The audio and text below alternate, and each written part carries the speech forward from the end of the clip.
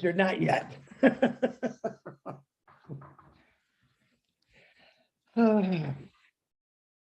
Hey. Welcome to the 1,360,000 webinar of Oh Bless. We're going to clean up this mess. All right. Here's what I really want to say. This is what I'm really waiting for. This is the excitement that's coming out of my heart from ONPASSIVE. I can't wait to say, hey. We just saved millions of people and got them off the streets. We just saved millions of people and got them clean water. We just saved millions of people and got them an income. That's what I can't wait to say. I'm dying to say it. I think it's going to be soon. I can't wait till November. As you all know what's coming. It's going to be a lot of fun. I'm going to go rent TVs. I'm going to take my neighbor's TVs and I'm going to put them all over my house and I'm going to watch it passive. And then I'm going to take pictures of it all. And then I'm going to send to all those naysayers. Look at this. You still think I'm talking junk? Here we go. All right. Oh, bless. I'm excited. You can see I'm fired up. I have two very special people who I'm going to hand over the microphone here in a second. They're a little shy, but I don't think they really are. When I got them on the phone, man, they were just going at it. Mr. Jeff and Miss Jana, I believe it's pronounced, and I'm not even trying your last name, Mascaglio. Is that how you pronounce it? Just say yes or no. We'll let you correct me when you come on here. These individuals are very, very special. They have a very special thing that they're doing. They're also surviving through their industry. They're trying to help their industry, and they're going to explain all about it and what they're going to do. So on that note, I'd like to introduce Jeff and Jana Busek. You know what? We'll just call you Jeff and Jana B. I'll let you say your last name when you come on. So the show is all yours. Jana and Jeff, anything you need, just ask and we'll get there. But you can unmute yourself, introduce yourselves, and let's get it going. Okay. All right. Wow, what a lively bunch. Yes. We love it. We love it. We are very, we like to have a lot of fun on our farm too. So we might look shy, but we are definitely not shy. No, right, honey? no, we're not. Yes. So my name's Jeff and it's Basiglio. Pretty easy. Yes. And my wife, Yana. So I am a third generation dairy farmer. We have been in the dairy industry my family has for about 70 years. I decided to kind of follow my dad's footsteps when we were down in Florida and we took the farm over.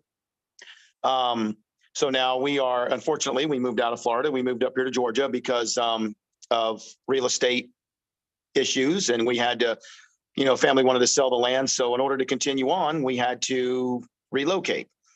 And so that's why we're here now in Georgia. It's been a walk. It's been a very, very faithful walk, I should say.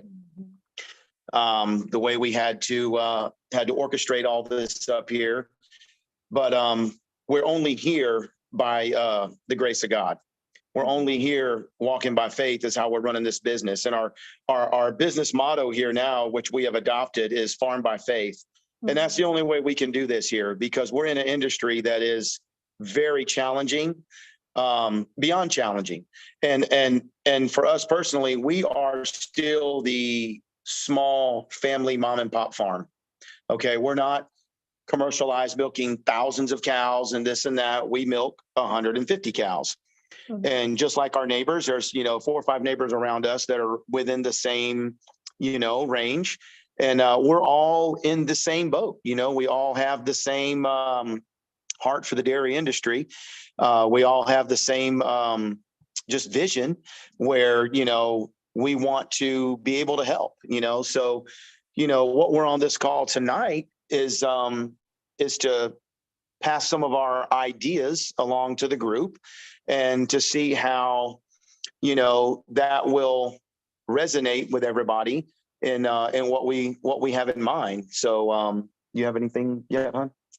Yes, so I just want to give you a little bit of background about myself. I was born and raised in Czech Republic. I moved here to US when I was 20 years old.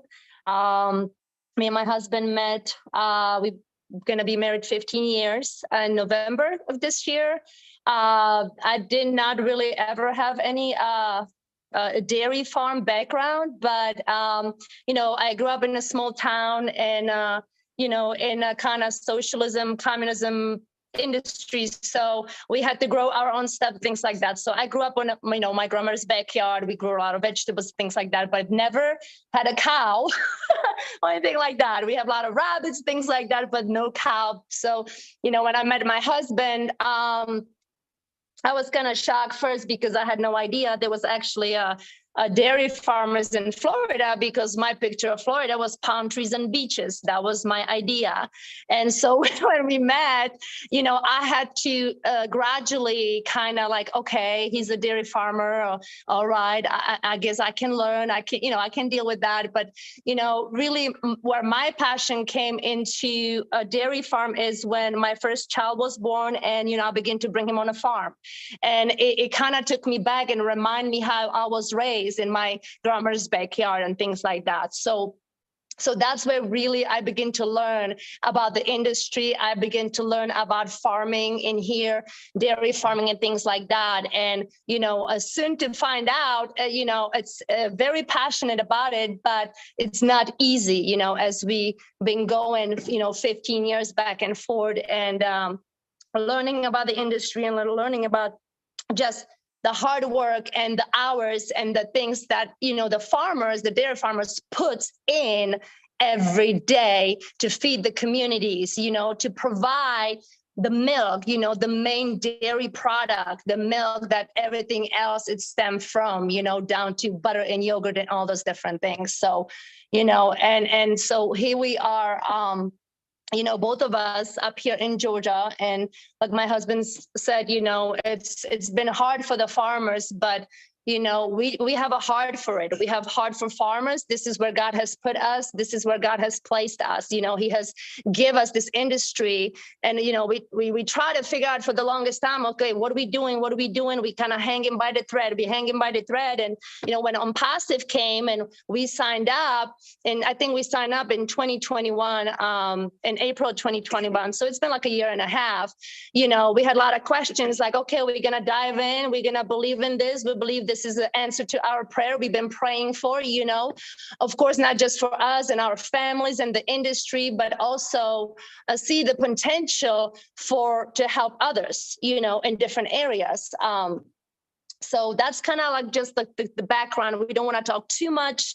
We don't want to be, you know, all out there and talk about every little detail, but we do want to talk about some of the things that our hearts desire, you know, once we get everything gets in rolling and stuff. So I'm just gonna let my husband speak. I know he's got a little line, and I mean, we don't really have a line. We're just gonna speak of our hearts. Really, that's where our hearts are. So one of the main, you know, there are several challenges here in this industry that we're in. The number one challenge is labor. A lot of the smaller farms are really labor challenged. So you have a lot of the farm owners and their family doing it themselves, because either they cannot hire the extra labor or cannot find the extra labor or can't afford it. So, you know, we had a couple of ideas, you know, that would maybe resonate with everything, and one was almost like a kind of like a temp staff. So we have a couple of 3 or 4 individuals that are trained, and they could either be trained here at our farm or wherever. And when a farm goes into a labor challenge, we could be able to send them out to relieve that farm and give them some help. Okay. However that looks, you know, however the dynamics of that looks, you know, I don't know, but I mean, I know that would be a big help. Just like we had a neighbor, 80-year-old gentleman, loved farming. He was labor challenged, so he made the decision to close his farm.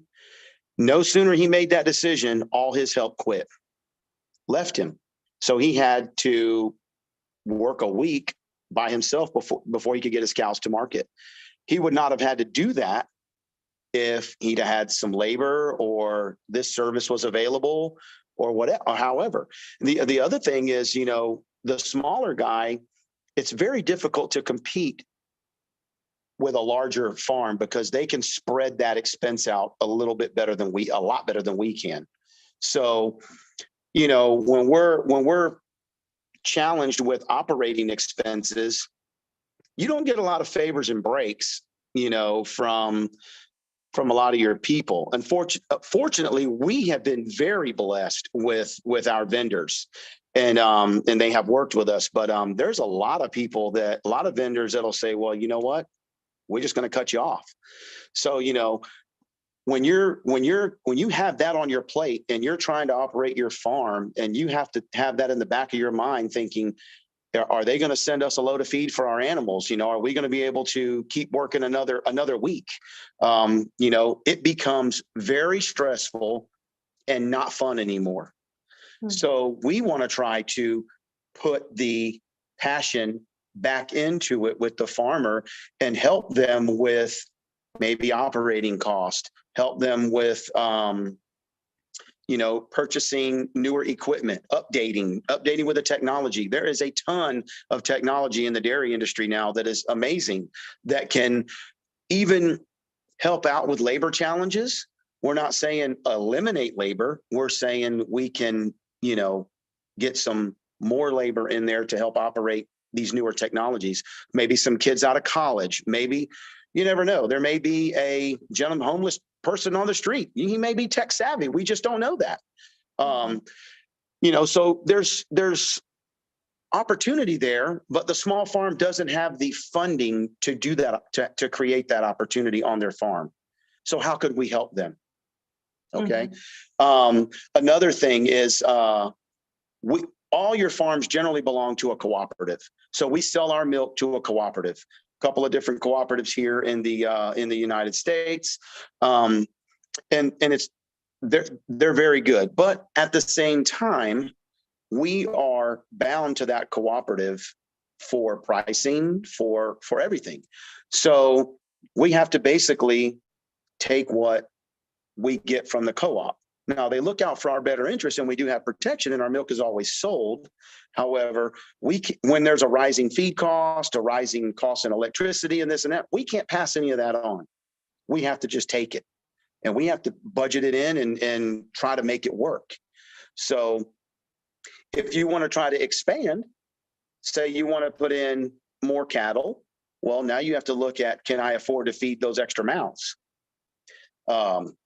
So we're wondering, what can we do to help farmers expand?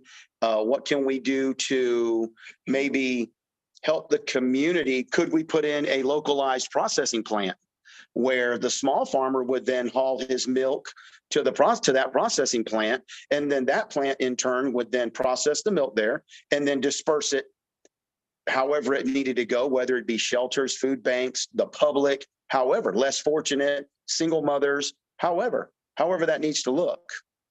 But that processing plant would have, there would have to be some way to fund that for the farmer to pay his bills here to produce the milk. It's not a problem producing it. That's not the problem. The problem is our cost to do business. So, we want to be able to put the passion back into these guys and these young farmers and these families. And it's all over the United States and the world that are, I know in the United States, we're all in the same boat, the small guy. For example, there was a bunch of farms up in the Northeast that had to go out of business because they lost their contracts, their milk contracts. Their company told them, hey, we're not buying your milk no more. Now, how would that make you feel if you're a fourth generation farmer and your farm is over 100 years old and you're milking 60 cows and that's your livelihood, and all of a sudden you don't have a contract on your milk and you got to feed your family? You had farmers, dairy farmers, committing suicide over this because they had nowhere to go. It breaks my heart for that. I just made me sick to see that a fellow farmer in our industry had to go through that, had no future for their kids, for their next generation. How do we preserve the next generation in the small farm? How do we do that? We keep the farms operating. We got to keep them operating and keep them going and keep that 100% wholesome product that everybody needs in their home. Look at when they had a baby formula shortage. Why wasn't the dairy industry approached for that? Everybody had milk. That would have been an opportunity there. To alleviate that shortage. Could have went into that world. And I just couldn't, for the life of me, gather why that avenue wasn't approached. Our kids, that's all our kids drank, milk from our tank. And that's how we raised our children.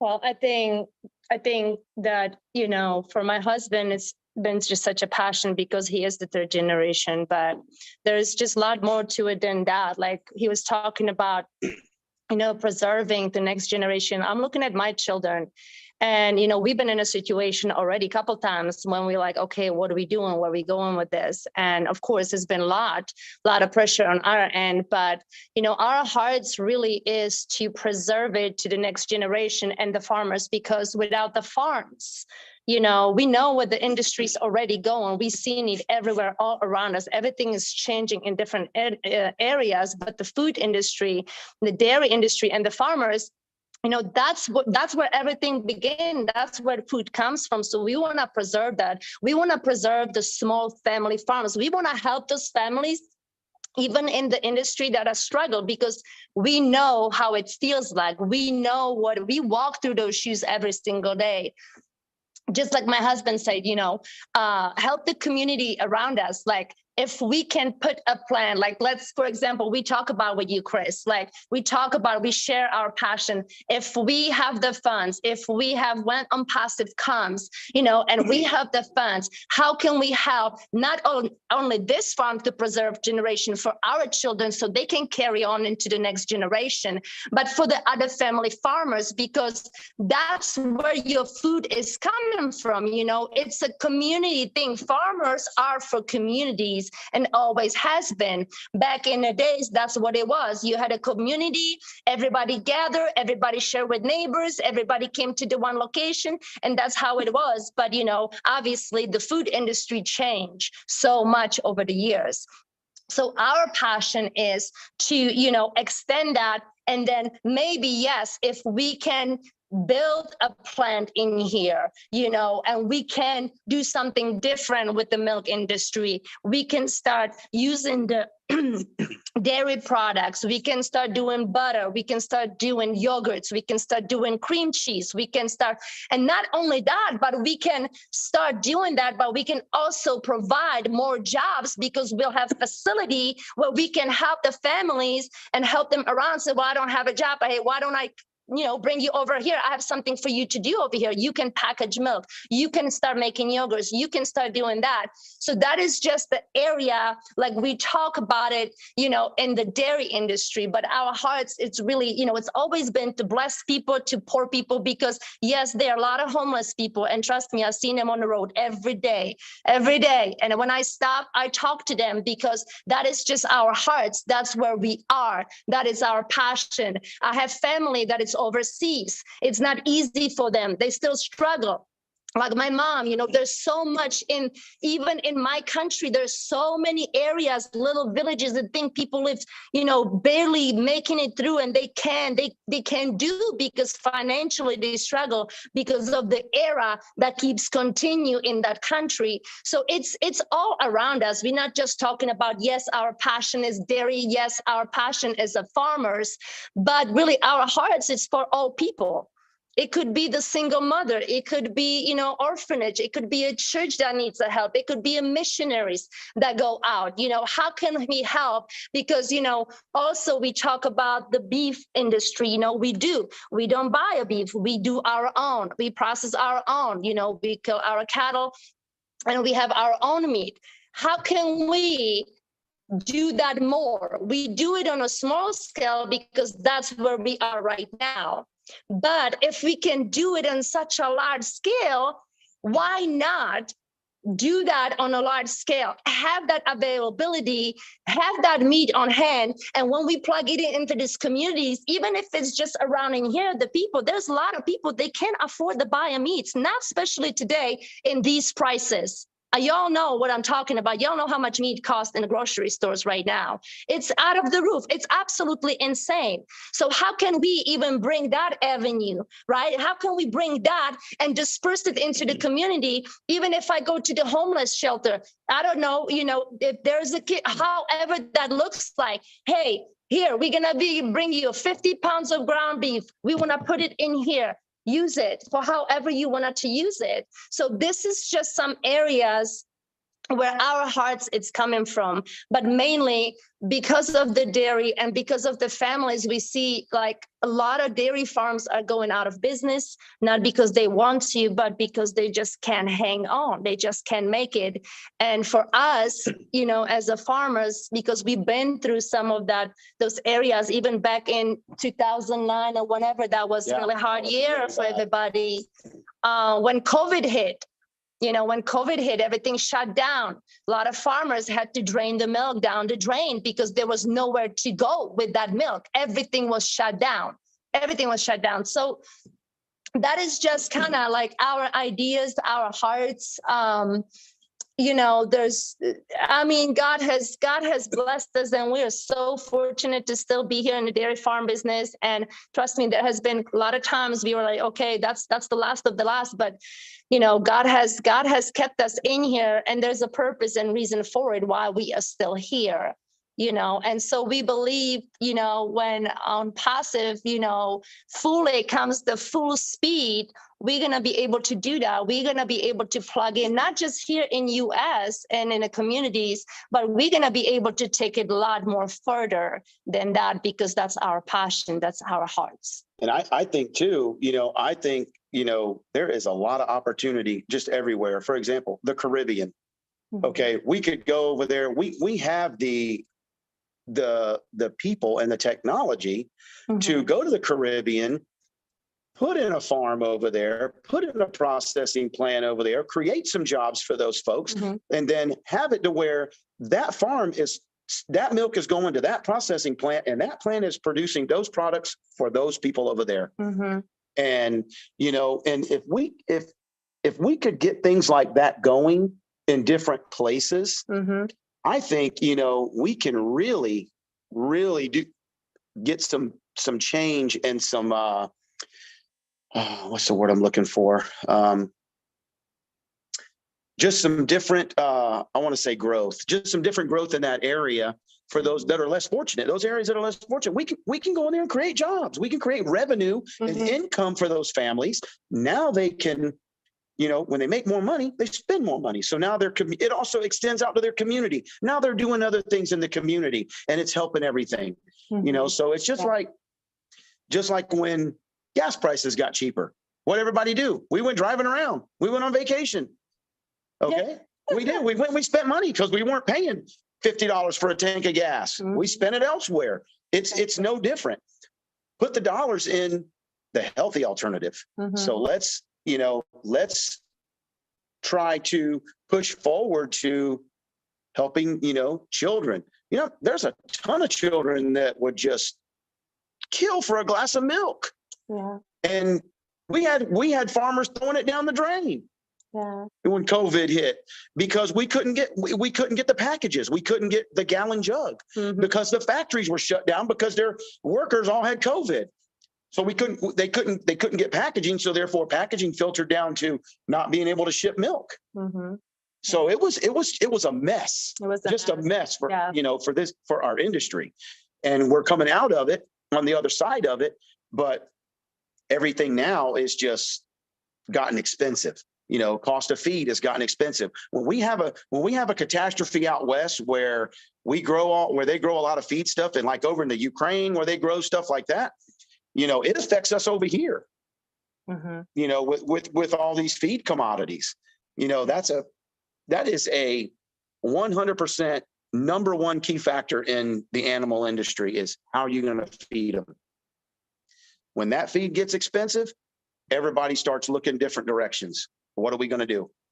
So, that's just something else that's, that plays on the back end of how can we help? How can we help these guys?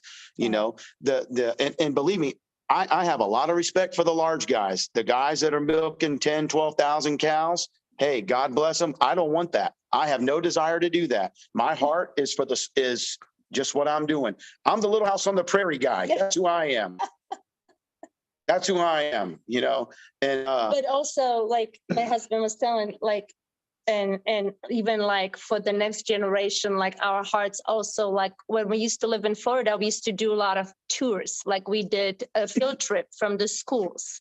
We have field trip for the blind and the well, it was a field trip for about 200 visually impaired children. Yes. And so when I think something really turned and twist on us right then, because when we had to accommodate for all the children that were blind or can't see, it just gave us such a pleasure and enjoyment to see these children just to be on the farm, just to touch the cow, just to feel the chicken feathers, and just to kind of like, that's like the best reward ever. When you see the children. And so bring that back and keep the small farmers alive and going. Have these children come to your farm, teach them about farming, teach them how to preserve, the community and how to farm and where the milk comes from, and just kind of going back where originally everything started, because there's a lot of people, a lot of children even out there that they have no idea what that looks like and where the food or the dairy products coming from. So preserve that and teach them so they can carry on the next generation as well. So there's a lot involved in every area. I hope we kind of sum it up. There's a lot more obviously, but we don't want to be too long. Our heart and passion is, to glorify the kingdom of God, and that's what we do. Where can we help? Where can we bless? Where can we pour in? And so that's just kind of where we are, right? Yeah. The whole, they call it agritourism, which is the term that's used for, the kids coming out to the farms and visiting farms and learning about dairy and it doesn't have to just be dairy. It could extend out to other things, gardening, animal health, different things. It could be, all of the farm assets on there. And a lot of these kids, they just think their milk comes from the grocery store. They have no clue where it starts and where it ends. They know where it ends, but they have no clue where it starts and how it gets to where it's going. So, we try to, when we do these, we do these field trips, we do a whole tutorial, and we also usually get a lot of, handouts. We get coloring books, crayons, all kind of informational stuff, even for the teachers to do in their classes. We send materials back with them that we get through the Dairy Alliance, which is a lot of our, promotional, a promotional outfit that we belong to, that we pay into out of our milk checks and stuff. So, it's just very rewarding when you can have a group of kids come to your farm and they can leave there knowing that they know where their milk came from, or how all that started, from start to finish. Mm-hmm. So, we do a lot of that. We're just not set up real good to do that here. We do a little bit of it with some homeschool groups and stuff like that. We've had some good turnouts. We've had, 40, 50 kids here, mm-hmm. with parents and everything. So we've had, pretty good turnout. But, we would like to have that a little bit more classroom style, and then really be a little more hands-on, and really give them give them their money's worth. Let's put it that way. And but anyway, so that's just kind of what we have in mind in a nutshell. we're open for any questions or comments. Anybody's got any ideas how maybe something could be done better? We're open for that. We love to brainstorm. I'm always thinking. I think every day. I walk out of my house, I'm thinking every day, how can we do something to make a difference? What can we do here on this farm to make a difference? What can we do to keep us going another week or another 2 weeks? Or how can I what can I do to care for my animals better? My animals they got it made here. I mean, they got a pretty good gig going. So we that's just our hearts. That's just where we're at. Yeah. Hey, Jeff, real quick question. We talked about this a little bit yesterday. You also had a plan, and let me tell everyone first, if you don't know, without farmers, without truck drivers, we'd all be real skinny people. Let me tell you that. Yes. That's the truth. Farmers were from the beginning of time. Of course, when we got the wheel and the motor, truckers came along, but two very strong, independent people. Without them, we'd be kind of hungry, I believe. But farmers, I grew up with farmers, believe it or not, where they moved into the city and they told me, they sold their hard times fell on their family. They sold their properties.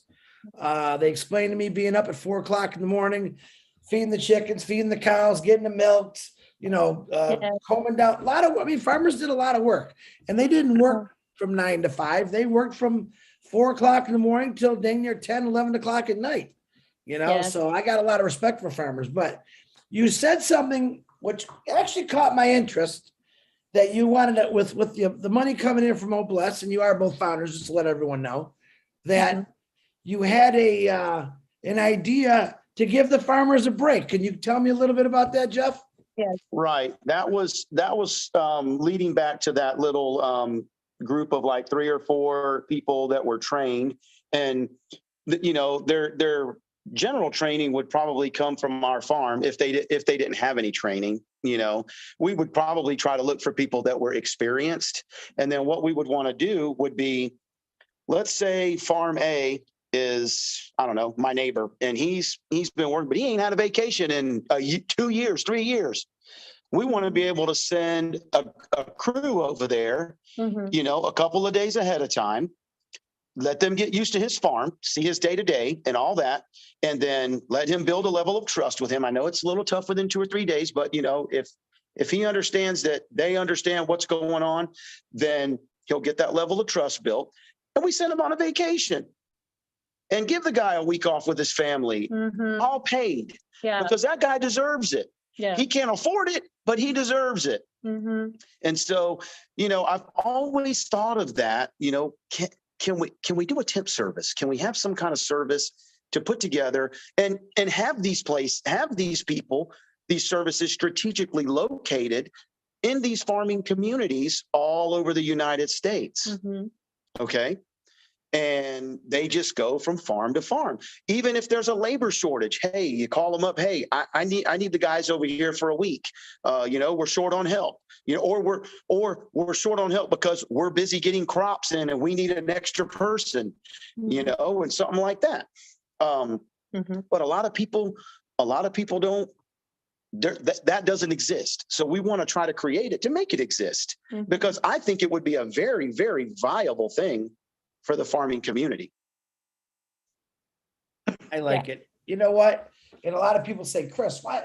The reason that caught my attention is because Jeff and Jonna didn't say, we want 3 guys coming and running our facility. He was talking about other farmers.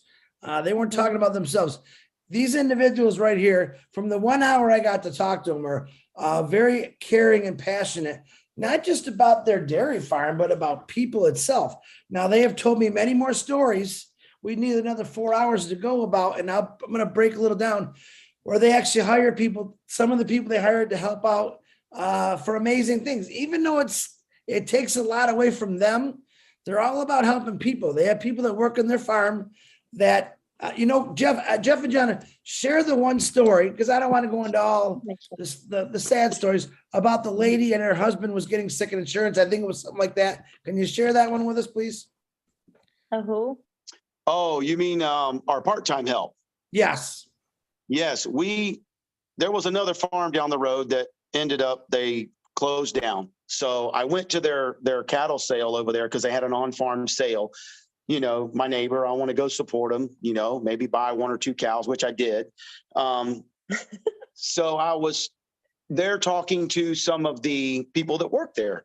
Well, there happened to be a mother-daughter team that worked there and took care of a lot of their babies, you know, raised the baby calves and stuff like that. And the daughter milked in the barn and stuff. And I said, well, listen, I said, you know, if you guys are looking for, you know, a little bit of work, I said, you know, I probably can have a place for you over at our barn.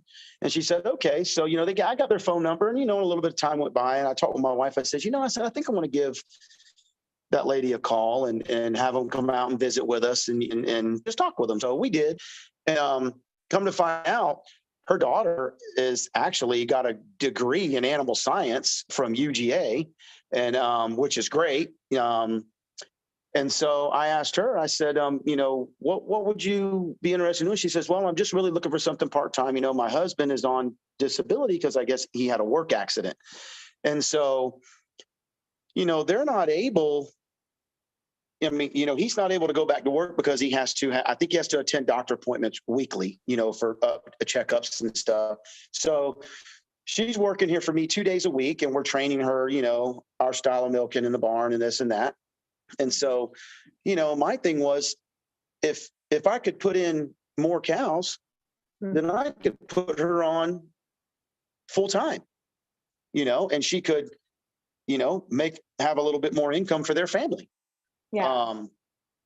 Go And ahead. not only that, but, you know, she doesn't have, it's her passion. That's like, she told us, like, I'm not here really for big paycheck. I just love what I'm doing and I want to help you guys. So it goes both ways.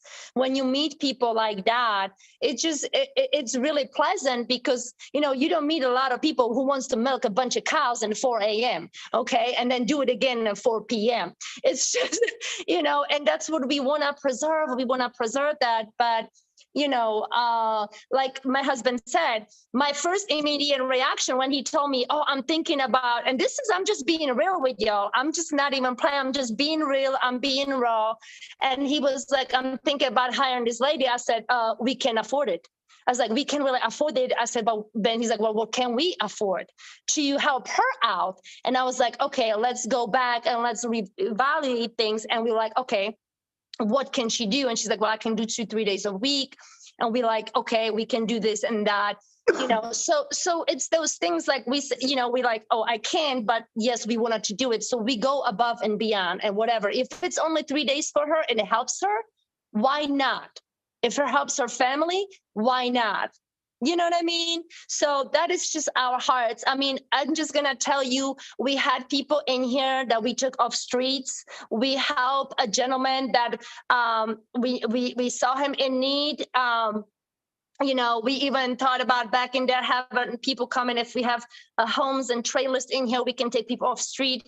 We can put them in their trailer and give them like 3 months and teach them how to dairy, give them job, put them back on their feet. That was all ideas we had. And, you know, we had a couple people in here, and, you know, unfortunately they didn't want the help. After like 5 months, they just left because they, you know, for whatever reason, they fall back into, you know, drugs or whatever it is. But we did have that. And so that's our heart. Like, we don't mind taking people in. We want to do that. We want to take the people off streets, because it's tearing my heart when I see a young person. For example, I saw this gentleman, I don't know where it was, at Walmart, and he was so young, and I just stopped by. He was standing in the rain. I said, what are you doing here in the rain? And he says, well, I'm just trying. And he told me the story. I said, get in this car. And my kids were me. I said, get in this car right now. He's like, are we going into Walmart? I said, and I'm going to get you shoes. I'm going to get you what you need. And so he's like, no, ma'am, I don't want to get in your car, because he was so worried he's going to get my car dirty. I said, I don't care. Get in this vehicle now. And so we went, and I took him. And you know what? Not only he needed the shoes and pants and all that, but I began to minister to him. And I got to find out his heart, why he's on the street. I said, what what are you doing on the streets? You are 20 years old. How did you got here? And you know what? He told me his story, and I got him what I got him. I said, I wish I can just take you, to my house and give you a shower. But I said, I live like 40 minutes from this town. We live in the middle of nowhere. But I saw his heart.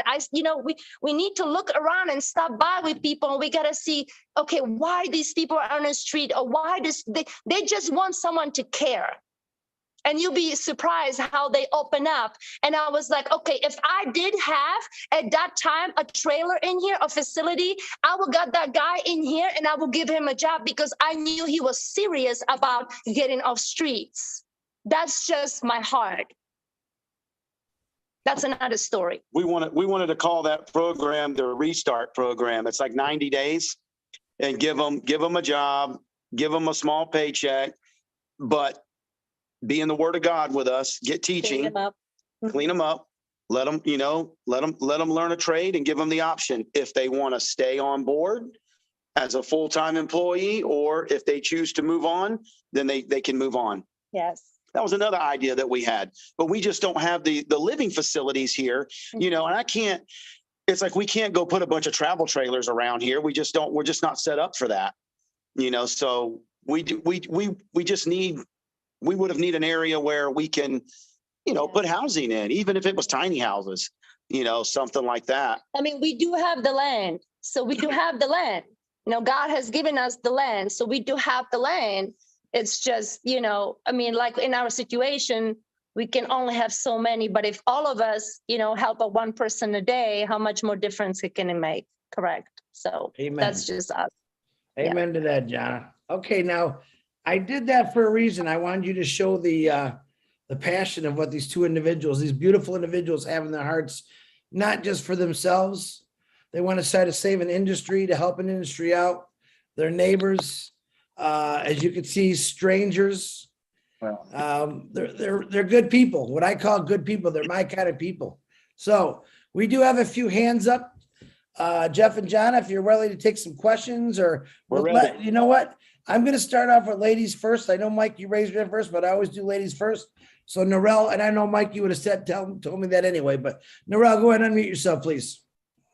Hi, everyone. Narelle Walk-on here from Australia. Wow, what an evening, and something a little bit different. Hi. Jana and Jeff, wow. I'm a dairy farmer's daughter. You can probably tell by my skin. I grew up on the farm. It's hard yakka, and I just want to say so much love to you guys, because you know what, the passion of farming, in any farming, whether it's dairy, particularly dairy, cattle, any of that is dying out, because the younger generation doesn't see the benefit of working their bums off. From sun up till sundown. My mum and dad had one boy and 6 girls. My poor dad missed out on the boys to help on the farm, because that's what they were. They were dairy farmers. They were very poor. Their parents were dairy farmers, and they didn't own the farm. What they called share farmed. So they actually worked for so much, and they got so many cents per litre over here of the milk that was sold. And you talk about letting the milk go down the drain. You've never seen anything sadder than a grown man cry. We were on a farm that milked 300 to 350 cows a day. Twice a day, the cows have to be milked. They don't take a day off just because you feel a bit tired. You can't say to the cows, hey, look, I'm not going to milk you this morning, but I'll do you this afternoon. It doesn't work that way. They have to be milked, because it's just no good for the cow. And their udders would explode, I think, if you left them for too long. And it can make the cow very sick. But, that type of thing, when you see your parents basically throwing vats, these massive big stainless steel vats of milk, and not just once, because ours wasn't to do with necessarily COVID, because my parents have passed now many years. It was to do with the flooding. We were at the end of a road out, on the property, and the floods came through, and they cut you off from the big tankers coming out to collect the milk in the vats. You can only keep a certain amount, and otherwise you have to let it go. You spoke about the family, community, you know, children, that sort of thing. And I think it rings true as farmers' children. It's a lonely life unless you've got siblings, but you have a job on the farm. Mine was not necessarily just mine, all of us, but we're shoveling the cow poop out of the yards because with so many cows, it wasn't just big water system. You actually got dirty. You know, you shoveled, we had to carry our hot water from the dairy, which had hot water, to our home, which had no hot water. You know, as little kids, like 6 and 7 year olds, carrying massive big buckets of just hot water. Helping in the dairy. My parents then moved on to another property which paid a little bit better for them, and they were the first property to have herringbone bales. If you don't know what they are, go and look them up. They're herringbone bales. It's for milking cows, and it was the first time that a dairy in our area had been able to do that. And it was amazing. I mean, you're down in a pit, you're down amongst the poop, the pee, everything you can think of. The smell of being on a dairy never leaves you, I can tell you that. But it's also fun, and it can be fun. And I think, you know, having a community or a co-op where people are helping each other. I have a sister here in Australia. Her and her husband own 20,000 acres of cattle property. And a few years back, they went through an 8-year drought where many farmers took their lives. They were found trying to drag their cattle out of dams which had a teaspoon of water in them because it was just a really sad situation. And many over here lost their lives because the proudness that comes with being a man, firstly, but also a landowner or those producing and providing for their family and community becomes so overburdened because they get no help from the traditional, supposedly governments that are supposed to be helping those on the land. Like you said, and has been stated, many people would be very skinny. Chris, I think you said that, because people don't appreciate where they get their food from. People don't appreciate that they can pour fresh milk. You know, the milk that we got from the vats as kids, we'd go and take a glass jug, tip it into the vat, take it up, put it in the fridge, and we'd have like 2 to 3 inches of full cream on the top. Absolutely. You know, and they diversified into making their own butter and their own produce, in a sense, because that's how it was done. But these days it's become so easy for the younger generation, and I'm not saying this just against them. I think we all need to take a step back and reevaluate, you know, where our food comes from, how our food is grown, where, you know, who can we support, you know, the smaller farmers, because guess what, who's taking over? The big conglomerates of people, you know, the Woolworths, the Coles, you might not know them as those over there, but over here, you know, the big supermarkets are taking over, where they're buying all the land out. China's buying the land over here. And it's a sad thing that they're taking over and the little ones are being pushed out. So let's stand together. I support you 100% fully. Thank you so much for sharing from your hearts tonight. It certainly opens up a little bit of emotion for me, and the memories I have and how hard it is for you guys, you know, but the love of God is within your hearts. And thank you very much for sharing. Thank you, Chris. Thank you. Yes, ma'am. Listen, I didn't forget. I think your father was blessed with daughters, because there was a reason for that. I don't think I would have seen your brother on here talking about his time. You obviously worked your butt off with your sisters and your brother, and I'm really glad. I kind of hope you guys can connect. You probably could swap stories that I wouldn't have a clue about, but if you guys want, swap it. She's in Australia, Jeff and Jonna. If you want to get in private messenger here, or I could send you Narelle's information. I'm sure Narelle's got a lot of ideas from being on a farm, but Narelle, I appreciate that. Thank you for sharing. Thank you, Chris. You're welcome. Nice to see you back too. Hey, I will say Narelle and Yvonne are going to take a little behind the scenes break for a couple of weeks. Not sure when they're starting.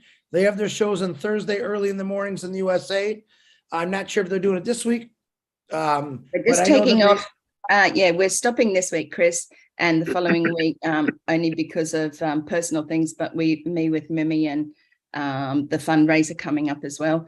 So we'll be back on the 27th of October, all going well. So we're in the background, we're still working, we're still doing stuff. We're just taking a break from the webinars that we have here in Australia and New Zealand. Thank you for sharing that. Thank you for supporting Australia and New Zealand with the Kiwi guy and Yvonne Mackett. So we appreciate you. Okay, let's get on to listen. This guy's called Engineer Mike, and I can't say his last name. Even if he said it, I wouldn't know how to say it. It's a lot harder than yours, Jeff and Jonna, even though yours isn't that hard. Engineer Mike, go ahead, buddy. Unmute yourself. Hello, Chris. Good evening, leaders. Thank you very much, Jeff and Jana. I really appreciate you people, for the stories that you brought this evening. It's an avenue that we need to be thinking about it, okay? When I look at the statistics for agriculture for 2022 from the United States Department of Agriculture, it shows me that we'll be having a 7.3 billion rise in agricultural product. Just imagine with all the COVID situations going around the world, then if it was not COVID or we did not have COVID, it would have been much more better, right? So as the years are going, this is how things are supposed to be increasing. Now, coming to particularly on dairy farming, you see that dairy farming, it also has a lot to do with a lot of new modern technologies, right? And the new modern technologies, if we have these new modern technologies, it will improve their productivity, okay? Like we have a barn, from a barn right up to a milk industry, you know, start from there, from a barn, you know, right up to a milk industry. It will be much more, and like we said, this is the real platform to make it happen. You people were talking about agritourism. That is something that is amazing. So that these kids who are coming, they are the leaders of tomorrow, they will know eventually about all this dairy farming. So how can that be done? Remember, we have a platform called Academy, okay? Basically, both of you who have a lot of experience can be the tutors of that particular dairy farming course on Academy, which is one of our platforms, right? It's one of our products in our platform. Again, not only that, we have also professors in this platform. I and the team, we have a product review session that we do every Sundays at 11 Eastern, okay? Every Sunday. Now I have a professor who came there last Sunday, okay? She's an ONPASSIVE, she's a professor. She designs courses, okay? Right from kindergarten, right up to PhD level. So if that is something that you people are looking in the future to get these courses, then get this industry run so that we can have more people involved, you know, teaching them, and you people take the lead role to, oversee everything and do the courses. That would be a good idea to get Professor Francis. She's one of our ONPASSIVians, right? Professor Francis Ohanenye. She designs courses she showed us on Sunday how the courses are being designed. She showed us in a draft. She can do that from kindergarten right up to PhD level. So if that is something that we're looking forward towards, then we can try to get in contact with her. Chris can give you people my number. I will hook you people up, and you make it happen, because she designs those courses. So we are in the same place. All of us here, we have different talents that if we bring them combinedly together, we will really go where this the purpose of our CEO and the goal of All Bless is all about. Thank you very much, everybody. Thank Amen. you. Amen. Thank you, Engineer Mike. If you guys want to contact, like I said, you can do it private in the chats or send me information. I can send it back and forth to everybody, get it going. Okay, to the man who usually comes in the last 30 seconds. He loves everybody. He's going to let you know. Mr. Richard Lamott, come on down, brother. I love all you beautiful men, women, and children of the world from the bottom of my heart. Jeff and Jana, I love your story with a passion. It warms my heart of what you want to do. I know how you're struggling because I had 5 uncles that had farms. 3 of them were milk farms. The other 2 were survival farmers. That's what I call them. Mhm. How big is your farm? We milk about 150. Yeah, but how much property? Oh, we have 271 acres.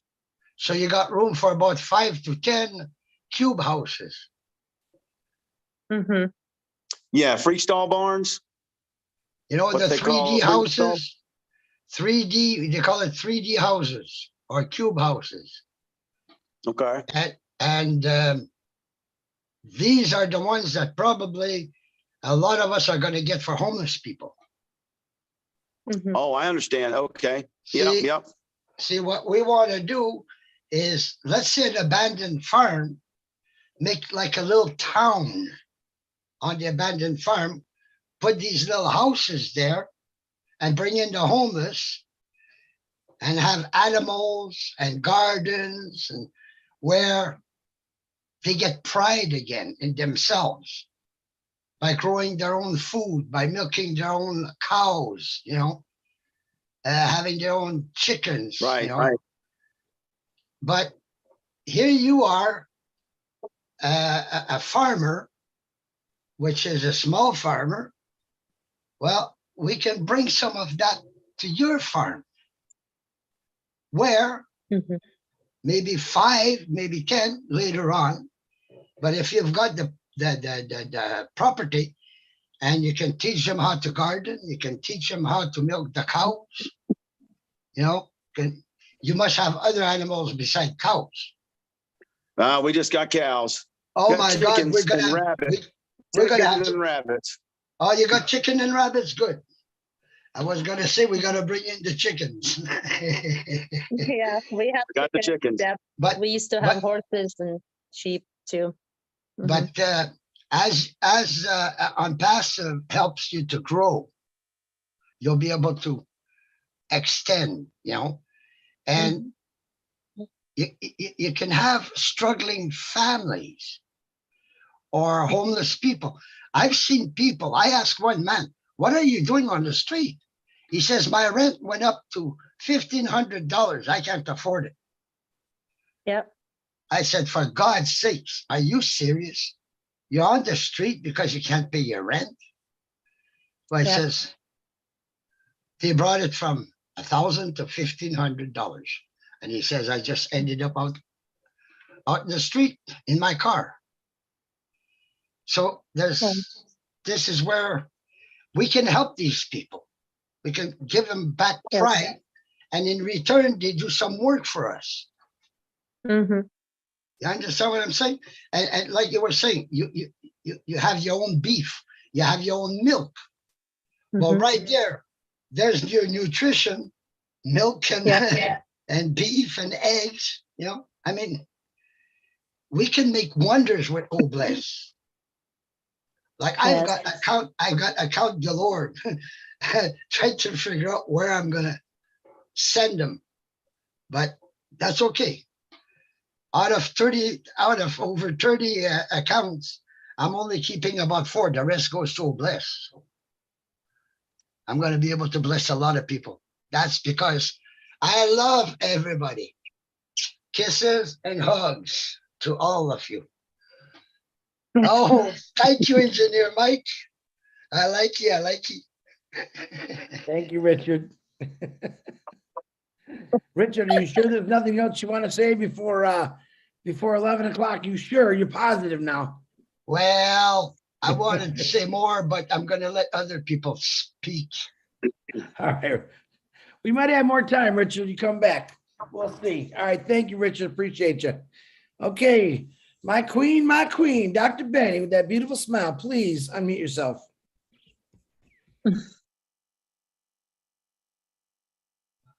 Jesus Christ.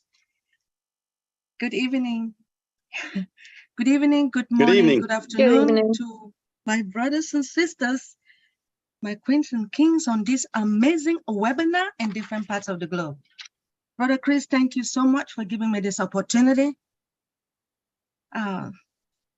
Miss Sister Jenna and Brother Jeff.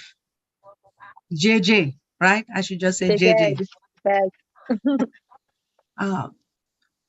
I know I have never worked in a dairy farm before. I don't know how to do it, but maybe one day you guys will teach me also. Sure, absolutely. To tell you the truth, the passion that you both have, I am so thrilled. I don't know what else to say. Now, you, Sister Jenna, you stated that I have never that the Lord, God is the one keeping you guys. Do you know Yes. why? Do you know why God is keeping you?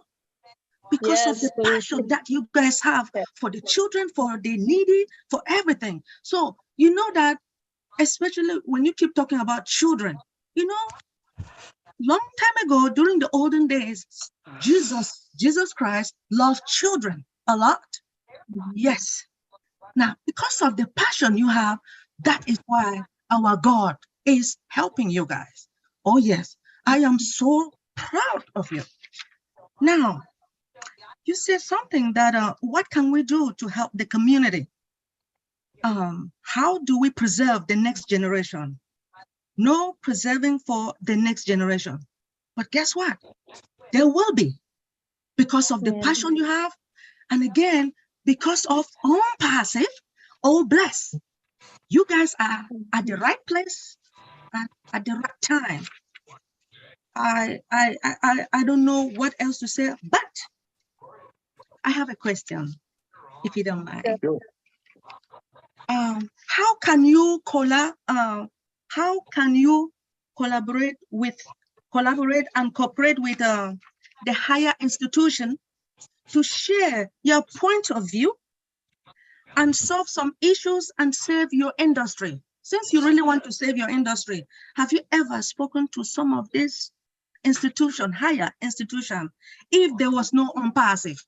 But just to, first of all, to say, because of ONPASSIVE, I know that your problem will be solved. Some of us will be able to help you, since you are passionate to help individuals. I believe when the time comes, hopefully, we will work together. Thank you. Answer that question. Well, when you talk to other folks in the industry, the higher ups, sometimes the little guy's voice is not as big as the big guy's voice. Okay.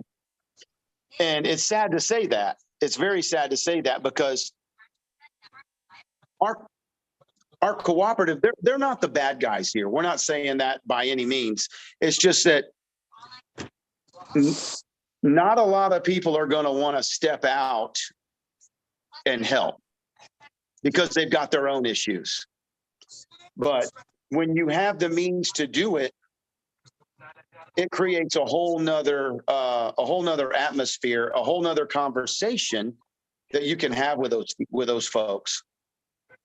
So if you have the means to do that, then we could probably approach the higher ups in those institutions and say, hey, how can we be instrumental? How can you help us to be instrumental to help them? Where we're not leaving anybody behind. So I think there can be some light at the end of the tunnel on that topic. However, what's got to happen is there's got to be means available to be able to have those conversations. And I think then everybody would be a little more receptive. They're just not as receptive right now because of everybody is fighting their own battle here in this. Yes. Okay.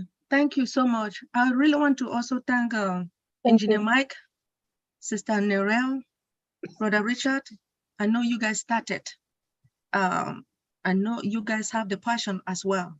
And I know all of us will one day help Jana and Jeff because of the passion that they have for the children, and for the homelessness. Yes, we are here and we are going to work together because the money that I am going to make, why not help? Exactly. When the time comes, please, we will work together. And that's the thing for us. We want to help too. We want to be able to help any projects that everybody else has. We want to be a part of that. Amen. That's where our heart is. Our heart is to help and to give. I see that. The Lord is with you as well. Don't worry. Thank you. Thank you. Thank you. Dr. Benny, appreciate you. John and Jeff, always ladies first. I want to let you know, you got a voice here. This platform is your voice. Oh, blessed. Will definitely get some attention for you. Never worry about who's not going to help you. I got 1,400,000 people that I know is going to help you. And that big guy that we always talk about, he'll be asking you a lot of questions in the future. I guarantee you that. So don't worry about that big guy. That big guy's only this tall, really, to be honest with you. All right. All right. Thank you, Dr. Benny. David Rosleski, please unmute yourself, my brother. Hey, guys. I just got to say, I'm really digging the heck out of everything here. Farming is real important. With Bill Gates buying up all the farmland and GMOs and, all the generational, thing he wants to do with everything, all the food processing plants catching on fire and blowing up. We're running out of food. We got a lot of people to feed. And I actually bought a position specifically for this, because what I want to do is sponsor like generational farmers, small farmers, like you said, the little guy whose voice isn't getting heard and they're regulating you out of business. I want to sponsor generational farmers that lost that stuff. I want to buy farmland, small plots. I don't want to do it big like Gates and become, obvious. I want to get small farmers going, put them on their farm, help them with equipment, seeds. I want to do all kinds of farming, vegetables, like you with cattle. I want to do chickens and, and all that other stuff. I figure we can gather the poop, shuffle it around to the different farms to feed all the food, to fertilize everything. I'm all about what you're doing. I love what you're doing. I got lots of ideas. I would really love to brainstorm with you sometime if you got that. Anytime. I've been working on it for about 2 years. I got a bunch of ideas. But I definitely want to keep in touch with you anyway, because I definitely want to get a few positions under you to help support you that way as well. But I want to be able to supplement all these farmers. And, instead of, trying to survive and sell in the market, you get good banner years where you get great bumper crops and you're doing good. And then the next year you got a drought and you're crapped out and you're wondering how you're going to feed your family half the year. What I want to do is guarantee the farmers an annual salary. There you go. What's your best year? Here's your salary. We're going to give you that. And instead of the government paying you to not grow here, I just want you to grow as much food as you possibly can, because I want to ship it to the food banks, to the soup kitchens, disaster areas. Whatever doesn't get eaten stuff before it goes bad, I want to freeze dry it and package it for, tsunami victims and earthquake and wildfires people need to eat. I want to be able to do stuff like that, and once things start crashing, I want to be able to hand food out to people to try to keep them from going crazy. Yeah. Yes. We got a neighbor. We got a couple of neighbors around here, that grow that farm. They row crops, so they grow corn, soybeans, and stuff like that. I'd like to be able to go to that one neighbor who has been a blessing to us and lending us equipment, not charging us, and say, hey, bud, I want you to grow this crop, this corn, because we're going to give it away, but you're going to make money. You're going to make money. You're not going to have to worry about fertilizer costs, which is absolutely ridiculous right now for any of us.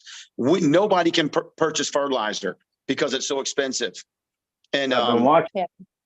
it's unbelievable. I mean, what we're doing here on the farm is we are using our own manure, which we've always have, but we take we collect it and we put it on our pastures.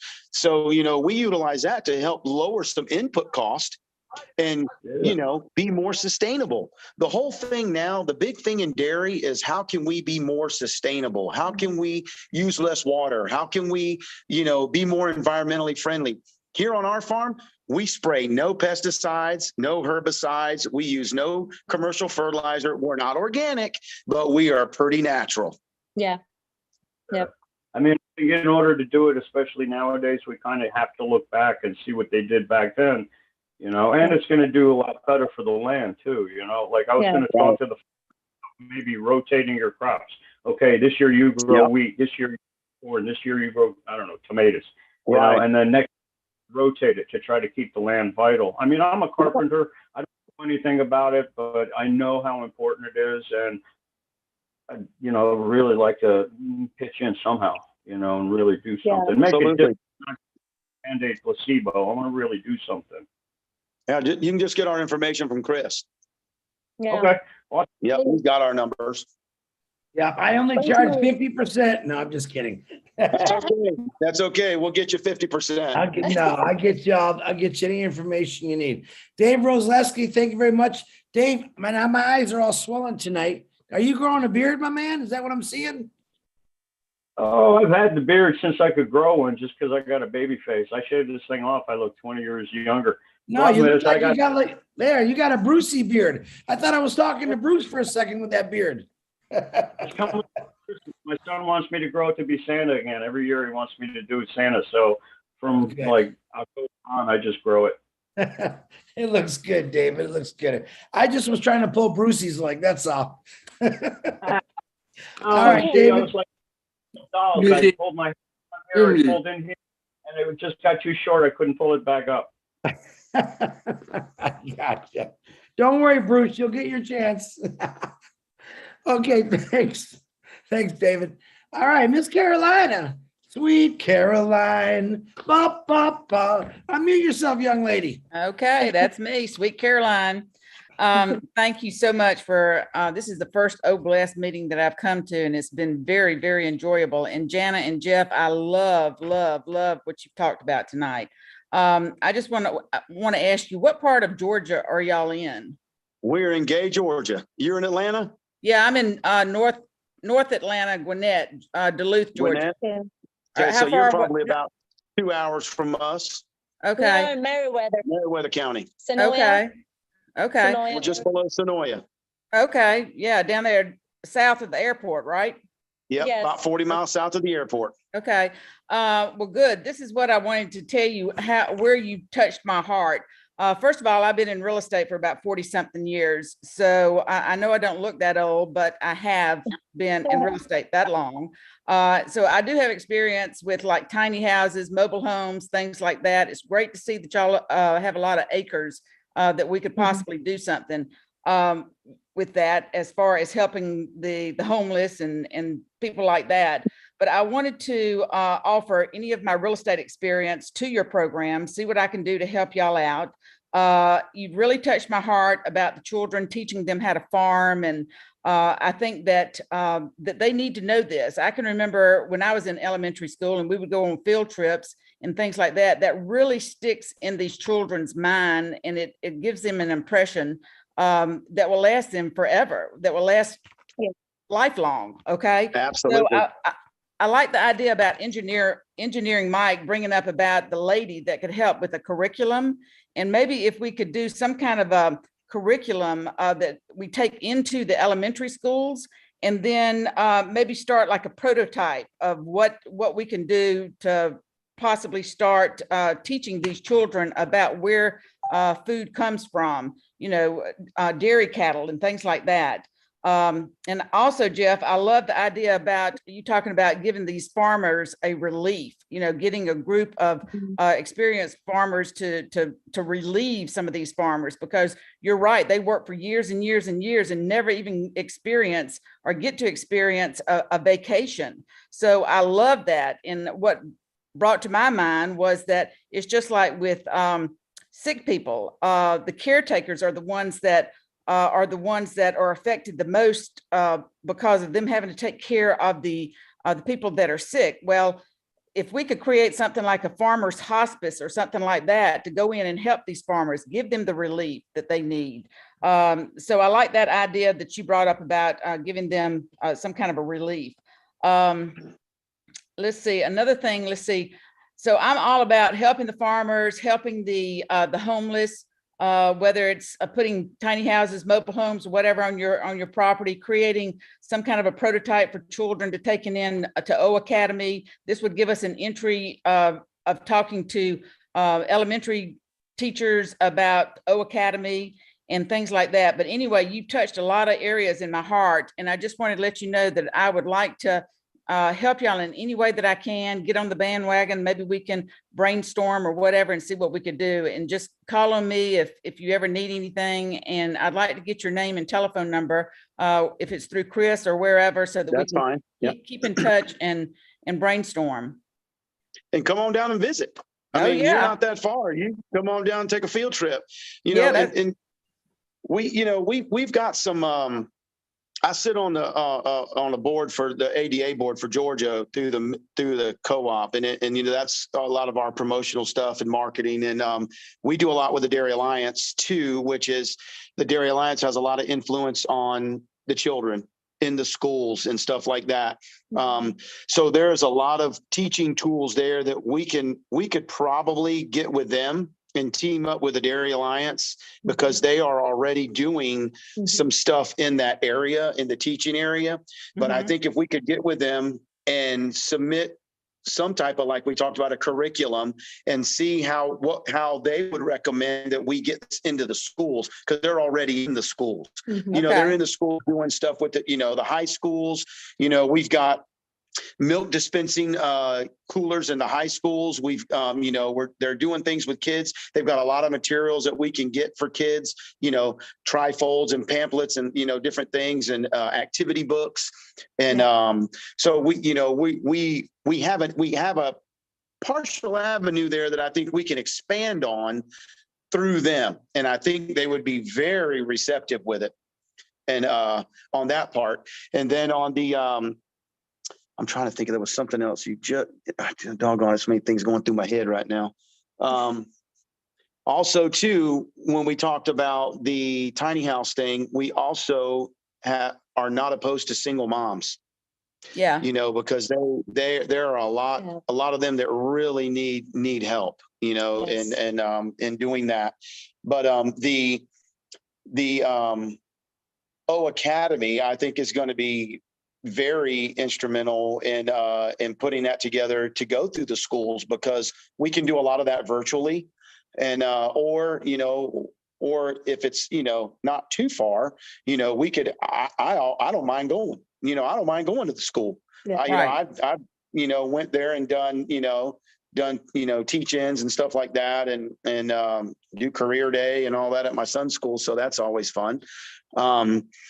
But yeah, we're open to any suggestions. We just want this thing to go, and we just want it to we want it to grow, and we want to be on the forefront of it. We don't want the credit for it by no means. We give it all to God.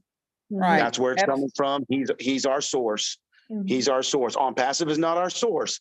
He is our source. That's right. We are just the messengers we're just carrying the message and carrying the money or the funds or whatever we got to carry to whatever program. And then we have bought a position. We bought a position for our farm, and that position is going to also help the agricultural programs at the schools on the junior high and high school levels to help promote their programs, because they are at minimal funding through the states. Yes. So we are going to be able to go in there and really ramp up their agricultural programs at the high schools and the junior high schools, because that's where it starts. It starts in about the 7th or 8th grade. The agricultural programs do, or 9th grade, I should say, down in the county, or in the lower end of our county. But so, you know, I've been just real excited about that. I sit on the advisory committee for one of the high schools down in Manchester, Manchester High School down there, and down by Warm Springs. So that's kind of neat that we get to see their ag program, and you know, we're trying to be very supportive of them now, you know, with what they have going on. So we're excited. You know, we're excited to see where, you know, a lot of this goes, and especially, you know, promoting the youth. That's our next generation. Absolutely. Well, I just love your passion and your thoughts that y'all are putting into this. And I think that if we get to a point to where we can make it scalable, just not for here in Georgia, but we can scale it all throughout the whole United States and absolutely possibly global, you know, so we've got to start somewhere. But I think what we need to do is get engineering Mike's, the lady that can help us with the academic, helping us with the curriculum and things like that, that we need to start someplace like that. And I am going to take you up on that field trip. I've got 2 grandchildren that I'd like to bring down there, and if we come down there, are you going to show them, can you show us how to milk the cow? Yeah, if you be down here around 12 o'clock, we start about 12:30 in the afternoon. Oh, wow. That sounds great.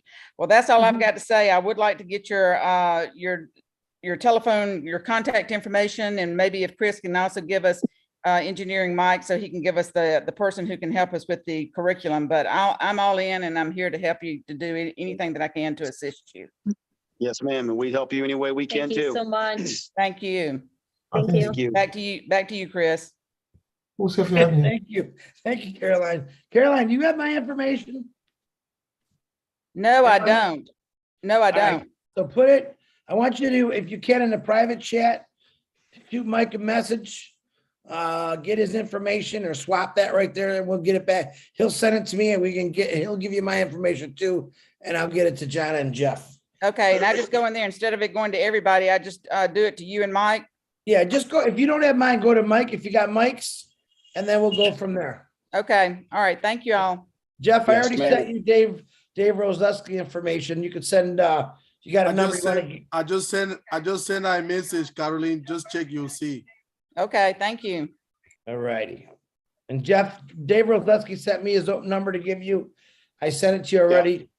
I think I got it. Yeah. Yeah, you want to give me your number back sometime? Send it back, and I'll send it to him. You guys can connect up there. Yeah, you can give him my number. That's fine. Okay. Do I have your personal number? I don't think oh, yes, I do. What am I thinking? Yeah, I do. Yeah, you do. You got it. Hold on. It's been a long day for me. I do want to do 2 shout outs real quick. Our brother Gianna is in the hospital sick. He texted me that he's listening in. So say some prayers for Gianna. And Gladys Navarro, she is on the road. She's on her way to help someone in need, health issues. So make sure you shout out a prayer for them. We're saying hi to you from here right now, our brother and sister. So, and everyone else that's on these YouTube channels. We've got quite a few hands up. It's a little after 10:30.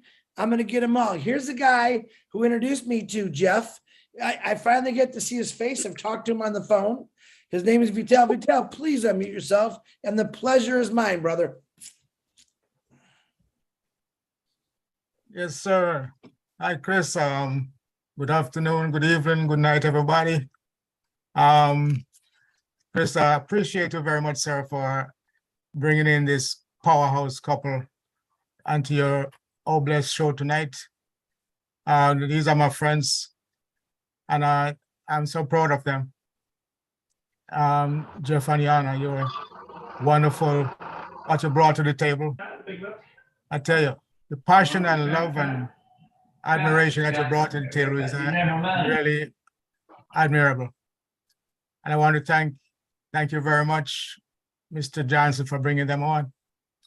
I have a couple questions, and then I'm going to have a little comment at the end. Just the passion and love that you guys have for farming. My father was a farmer. I'm from Jamaica. My grandfather was a farmer. and my relatives were farmers also. And I wasn't too much of a guy of the farm, but I grew up on the farm helping. And when I heard you mention about taking this on the road to the Caribbean, you really warm my heart, because not only the Caribbean, but Africa, the Midwest, wherever the help is needed. And I could just see the passion and love in your heart to do this. And I want to thank you very much. And I want to ask you, Yana and Jeff, I live in Florida here, right in the Orlando area. And when you saw that devastation that took place in the hurricane, what was going through your mind at that time when you realized you could have helped, you could help and couldn't do anything? Oh, it was awful. Well, we could help only however we can help, what we can do. I mean, that's all of us in a position we are, but just not only because of a dairy farmers, because we know personally one farm down there got hit really bad, and it's devastating. I don't like to see anybody in this position. It breaks my heart. It's just one area when you see that. We used to live in Florida. My husband is from Florida. He was born and raised there.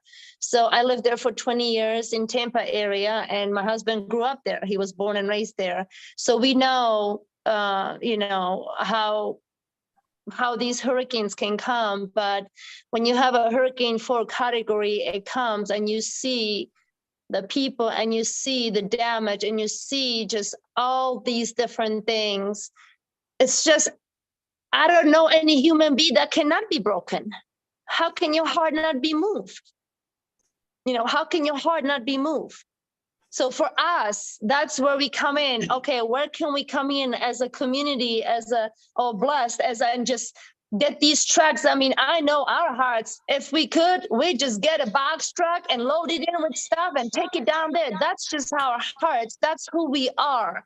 We want to be on the scene, not because we want to be seen, but because we want to get in there. We want to help these people. That is our hearts. Like me and my husband, we were talking about it the other night.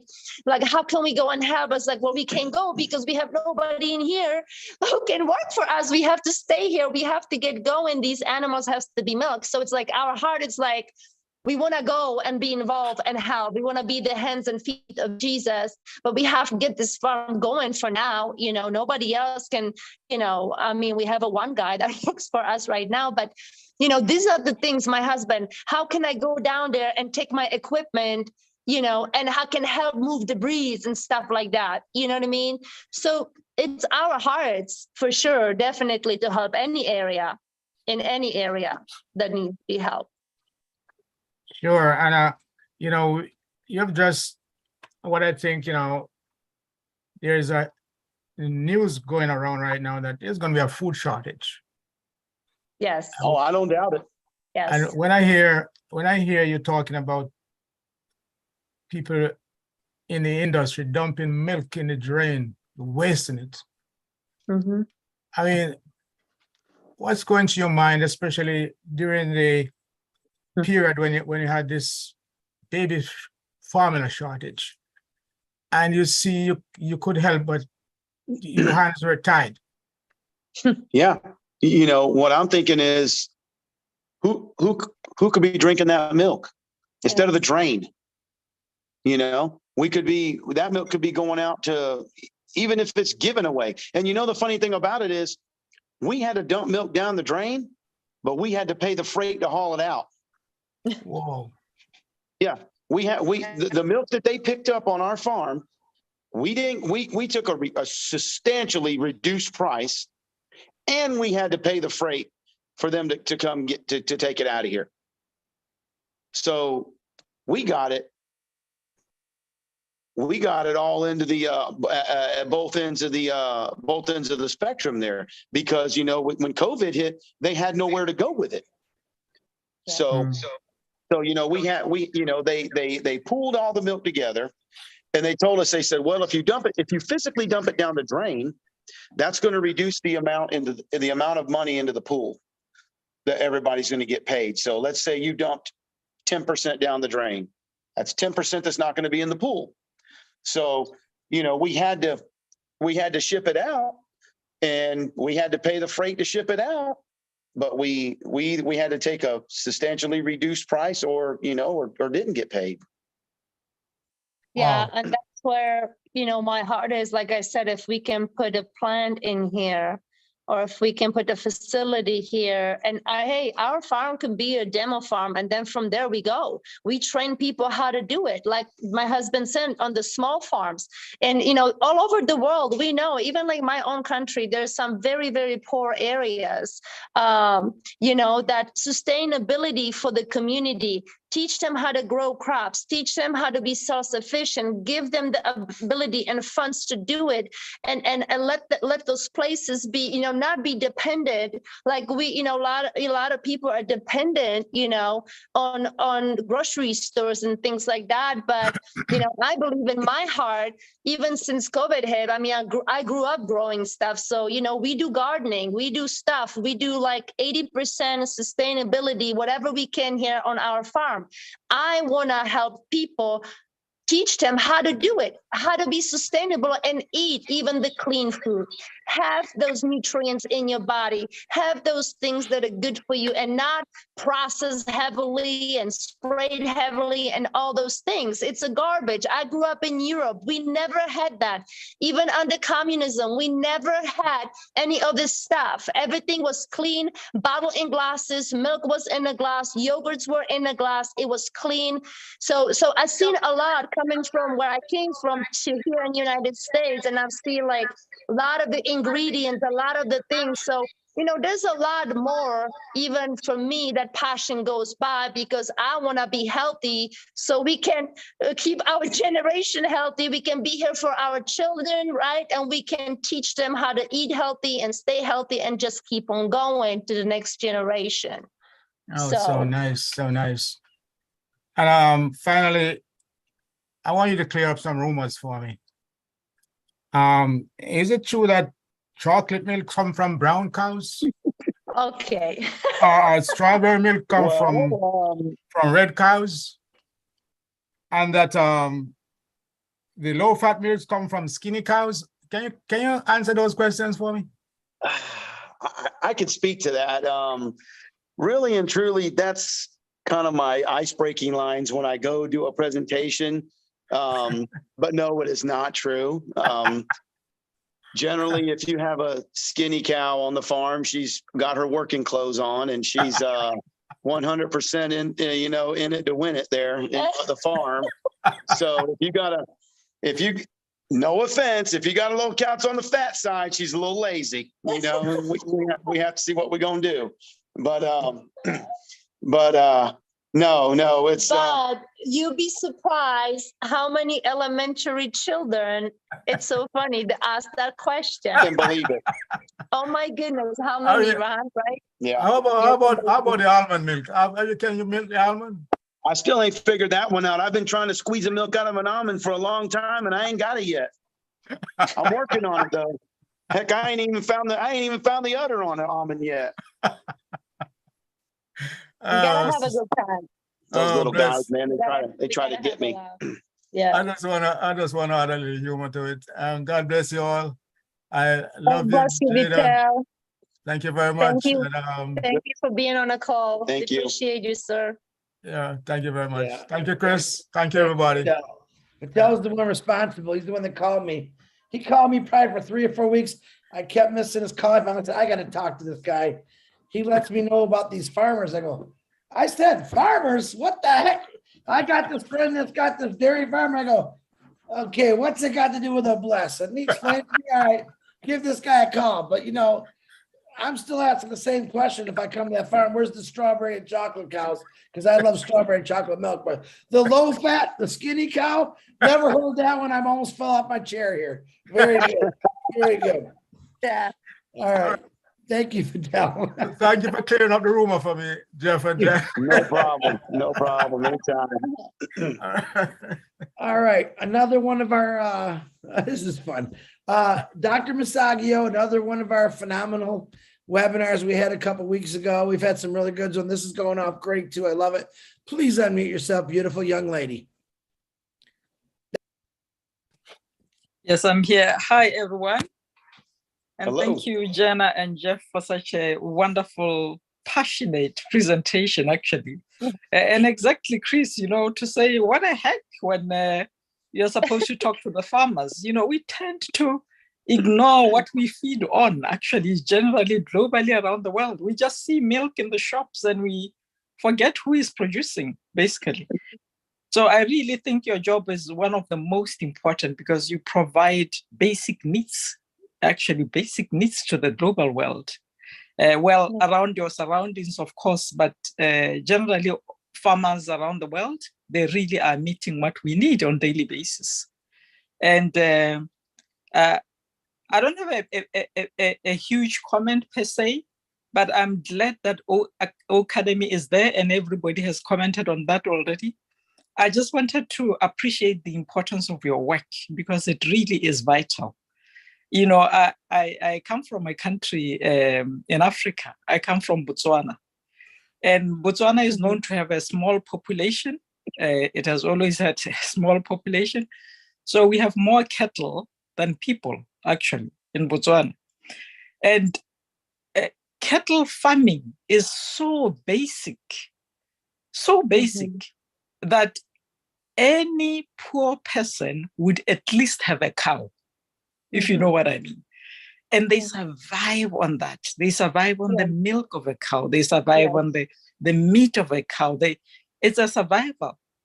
Actually, when we just took independence in Botswana, because the country had no money, I'm just sharing this story to show you the importance of the work that you do. Because the country had no money at all, nothing. All we had in the country was cattle. So then the country decided to negotiate with Europe, with the UK, to say, because we were under them, they were our protectors. We were not a colony, but a protectorate. So we negotiated with them to say, we don't have anything, but we need to develop the country. So, but we have good meat in Botswana. So can you buy our meat from there? So there was that negotiation and agreement. And therefore, Botswana started selling meat basically to Europe, specifically to England. You know what to do? To build the University of Botswana. What the president did was campaigned to everybody in the country to say, we call it every person a cow. That campaign, we call it every person a cow. So even the baby in the family was counted as a head who could contribute a cow to the economy of the country to build the University of Botswana. If you go to the University of Botswana, just at the entrance is a cow there with a farmer. That's the picture, because that's how we develop the country. So your work is so important. It is survival to some of us, and actually it has to be honored. So this is one of the projects that have to really be uplifted higher and higher in OBLES, because it can make such a big change, especially as you are more advanced in your equipment, in your, you have had challenges and you have talked about that, but you sound like farmers who are more advanced. You use advanced equipment. You are talking about even helping the Caribbean. And imagine the change you can make through Academy to small countries that cattle and milk is their own survival day to day. So really kudos to you. Well done and big up. And we cannot wait for OBLES. So thank you. And I really, you touched my heart. You touched the core of my origin. So thanks a lot. I appreciate it. Thank you. Thank you. Thank you. Thank you, Dr. Masagio. Once again, always beautiful words. Absolutely love the words that's coming out.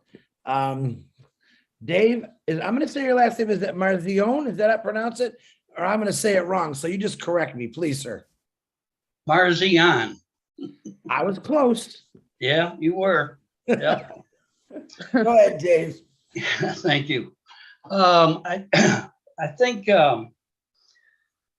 up here in Michigan, when it gets really cold, when I was young, I used to believe that the cows, because it was so cold, would give ice cream.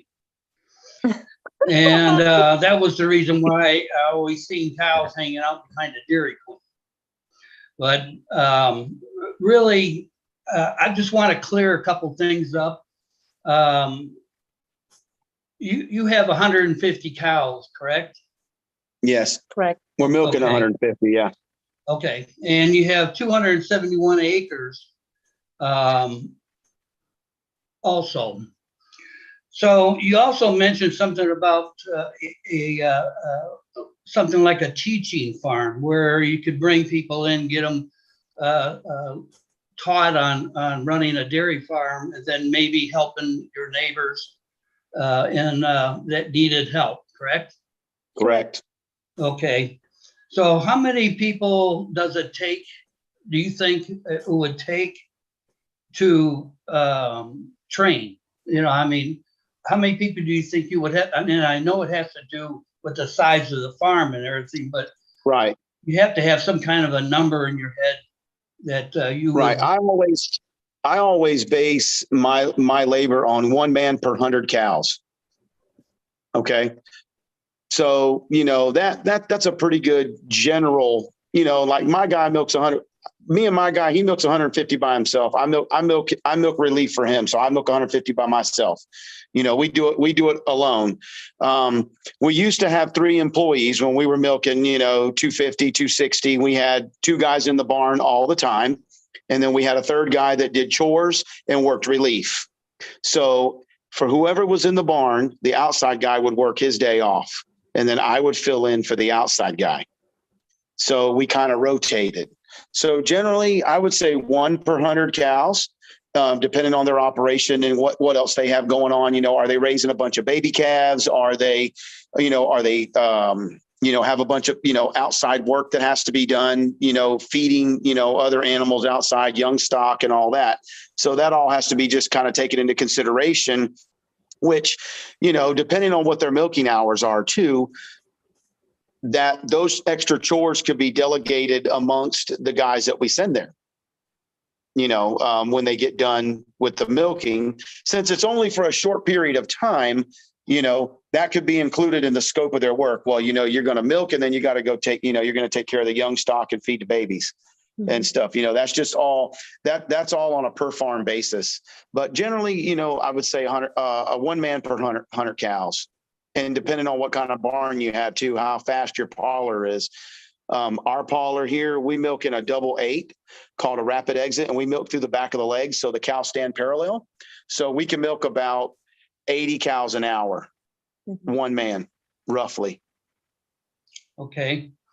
So out of your 271 acres, would you be able to dedicate any percentage of that for housing purposes?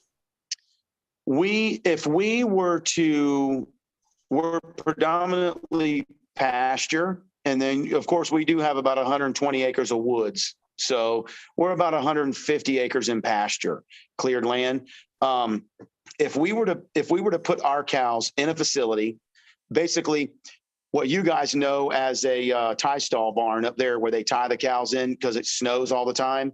Our cows will be put in what they call a freestall barn where they have a bunk that they lay in, which could either be white sand or a cow mattress or a cow water bed.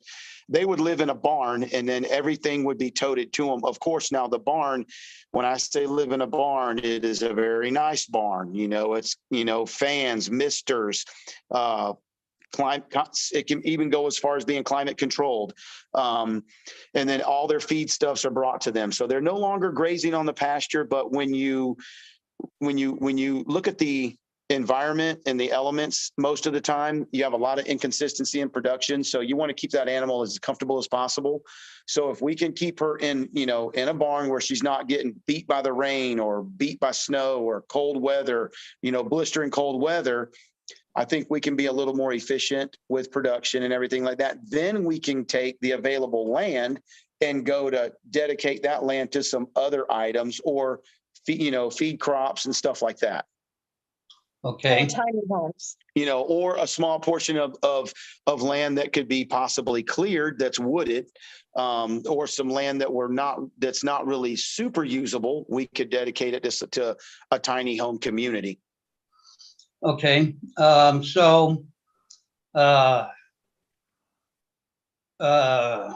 Okay, wait a minute. So if you were to create something like this training farm or whatever you might want to call it, again, how many homes would you really need if it were tiny homes? You'd probably need at least 4. Because you'd want a team of about 4 guys. I think that would be a good number. Maybe to start with. To start with.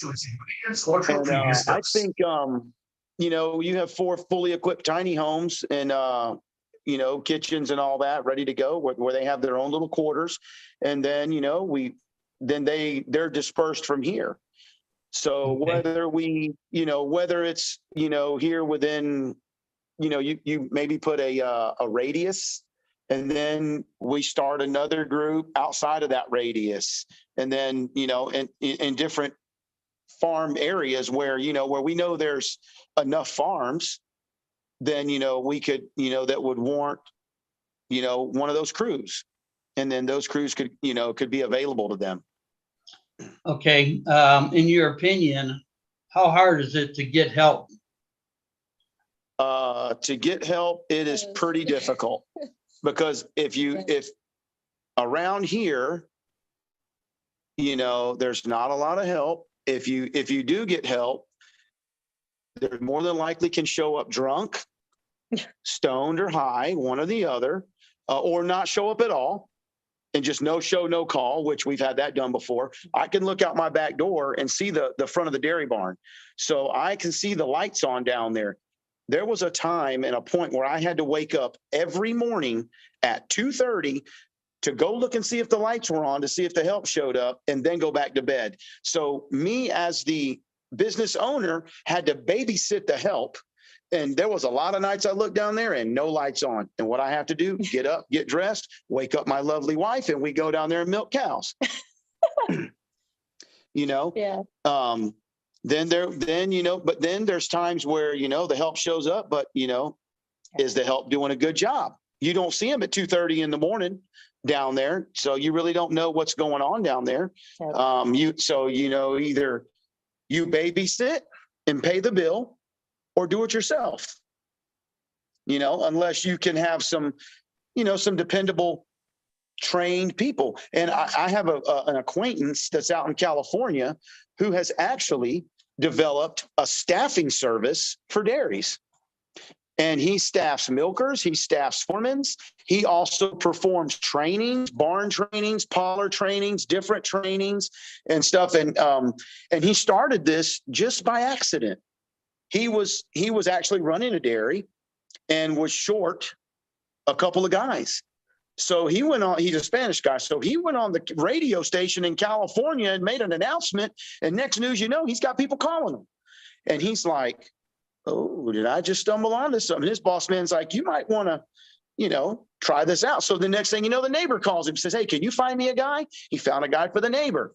And then on and on and on. Now he don't milk cows no more. He's just staffing people. He's even got family, I think in Mexico, that recruits people from the college in Mexico to come over to give them jobs. They get them legal, they do everything, and they get them jobs, which I think that's great. If we can help some folks like that, get them legal and give them jobs, why not? That's a good idea, and that's kind of what I was driving at, because, the incentive has to be there for them to do the work correctly. Absolutely. And if you were able, if you were able to start a teaching farm and bring in people who needed a job or needed a place to live, 4 at a time. Then you can send them out to other farms that are struggling, with personnel. And then, of course, maybe near those or on those farms, there would be other tiny homes where the incentive would be, we're going to give you this tiny home as long as you're working here and doing your job properly. Set some rules to keep them going and not, running off, getting drunk and high and everything else. Sure. So it just kind of surrounds everything. You're training people, so you have your farm is covered, but at the same time you're training people to go to other farms to help them out, and you're also giving them a home, getting them off the streets. Right. Yeah. And, and I like that idea, of the incentive. So, I like where you're going with that, because the incentive would be, hey, look, we're going to give you a house, a home, and a small piece of land. But here's the catch. You work at this farm and perform, and at the end result, this is yours free and clear. This is your incentive to do a good job and get restarted in your life. And, something of that nature. And you would possibly look for real estate or whatever, in the area close by where they're working. But it would be something that would be theirs. Yeah. So when it's theirs, they tend to want to take care of it, I would hope. And so everybody is all about an incentive. However, you do have the people that come on the farm and it's all about what else can I get? Yeah. That's a different breed of people. All they're here for is the money, handout. The handout. What else can I get from them? What if I tell them, I'm not going to go do this unless I get this. Well, you know what I tell those kind of people? There's the road. I don't need you. I'm not going to play that game. I'll never be held prisoner to an employee. Ever. That's right. And I always tell them when I'm hiring somebody, I always say, listen, I don't like to use the word employee because we are a family owned and family operated business here. We treat everybody as family. Employee to me puts a tag on it. It feels kind of almost a little bit degrading. You're no different than me. I need you. You need me. Okay. I've had a very good relationship with everybody I hired here. I always tend to do too much. And my wife tells me that you're bending over too far backwards, but I always try to make it very accommodating and a very nice work environment here. But you always, I always tell them, I will never give you anything that I cannot do myself. At the end of the day. I can do it, Now you may have a different way to do it. And I've had to really come to grips with that there can always be two ways to accomplish the same goal. And so, I work with that. But yeah, doing that, the incentivizing will really bring out the character in that person. Yep, absolutely. I used to run a telecommunication company down in St. Louis, and I had 350 subcontractors. And the only way I could really keep them motivated was to treat them really, really well. Absolutely. And because that's the whole scenario. You treat how you want to be treated. And I was able to take care of my contracts fairly easy. And even in the bad areas, of the town where people didn't want to go into, I was able to get it done. And my clients just loved me for that. And you know what? Your compassion for what you want to do is just really overwhelming. It's if we could duplicate you guys, about 1 million, 2, 3, 4, or 1 billion, I don't care. That would surely make a whole big difference.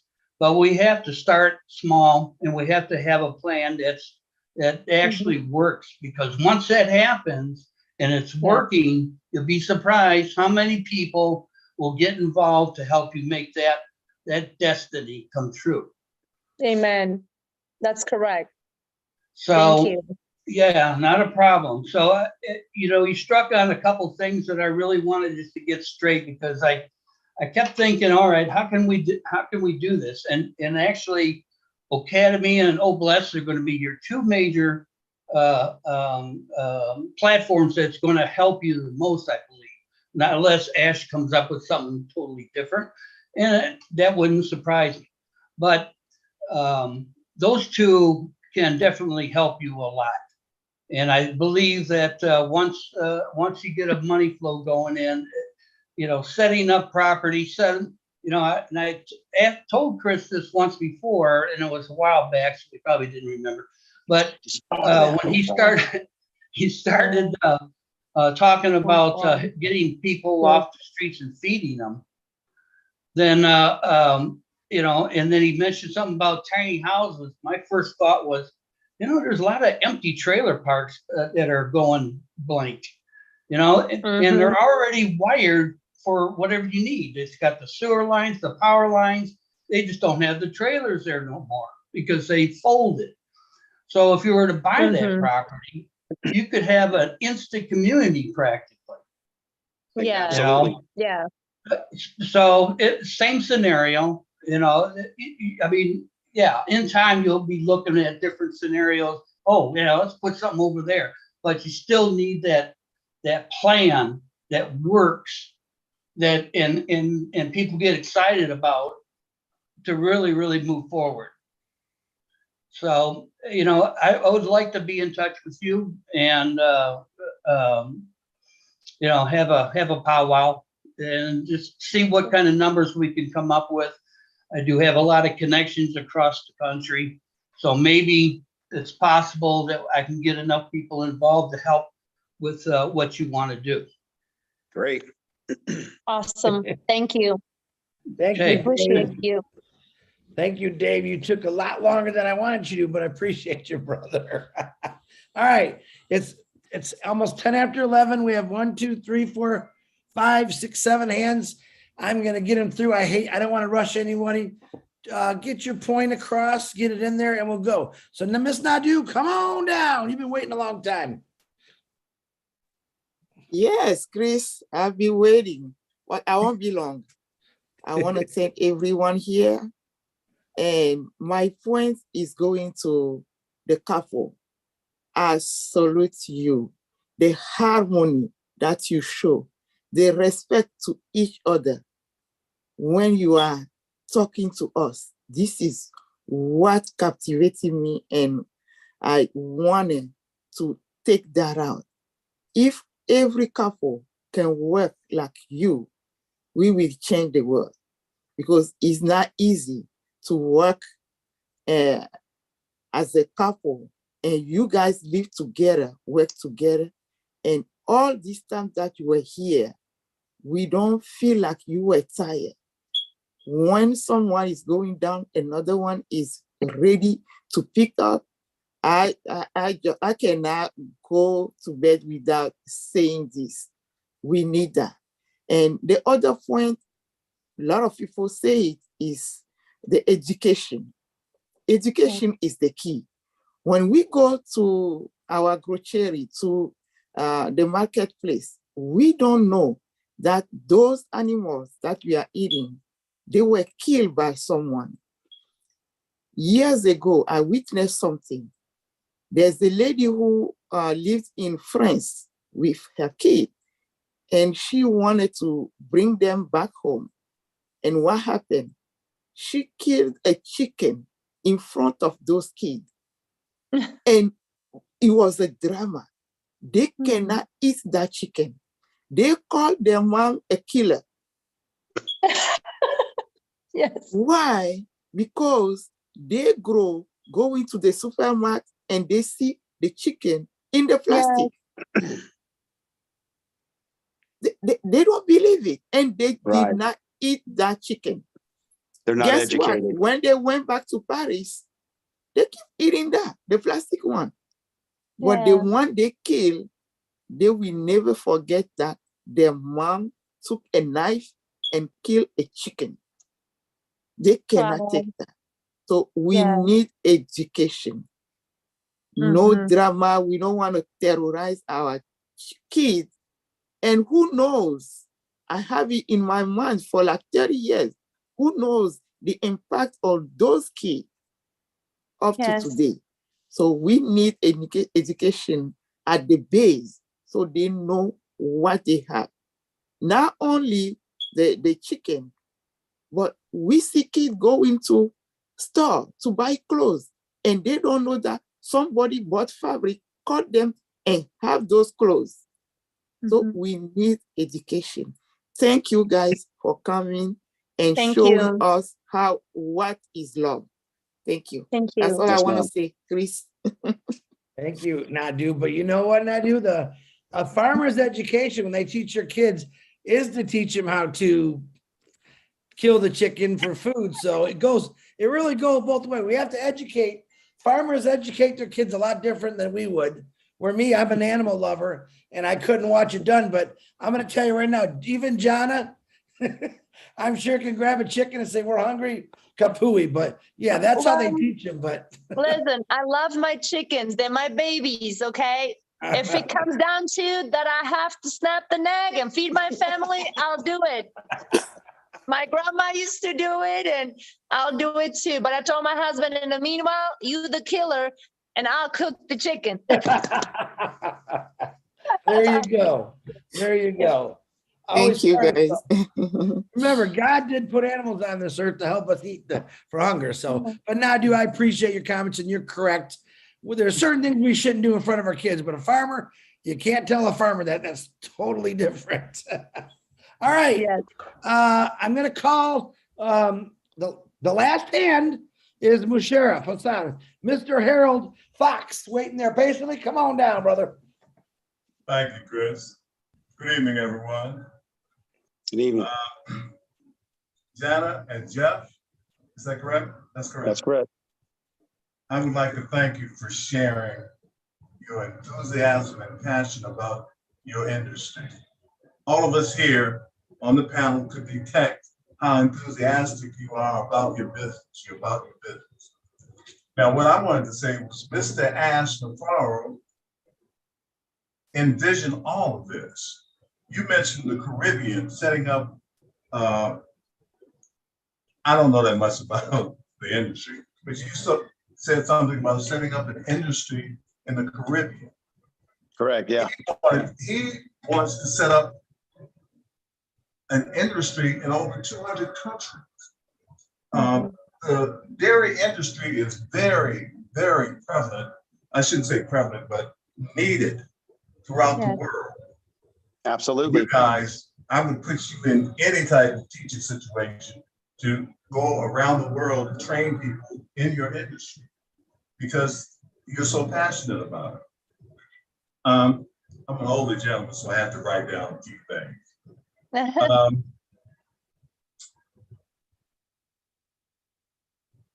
I'm not gonna hold you up. Some things I'm just gonna keep to myself. One thing I really wanted to know, how do you actually make chocolate milk? How do you actually make chocolate milk? Yeah. We milk a brown cow.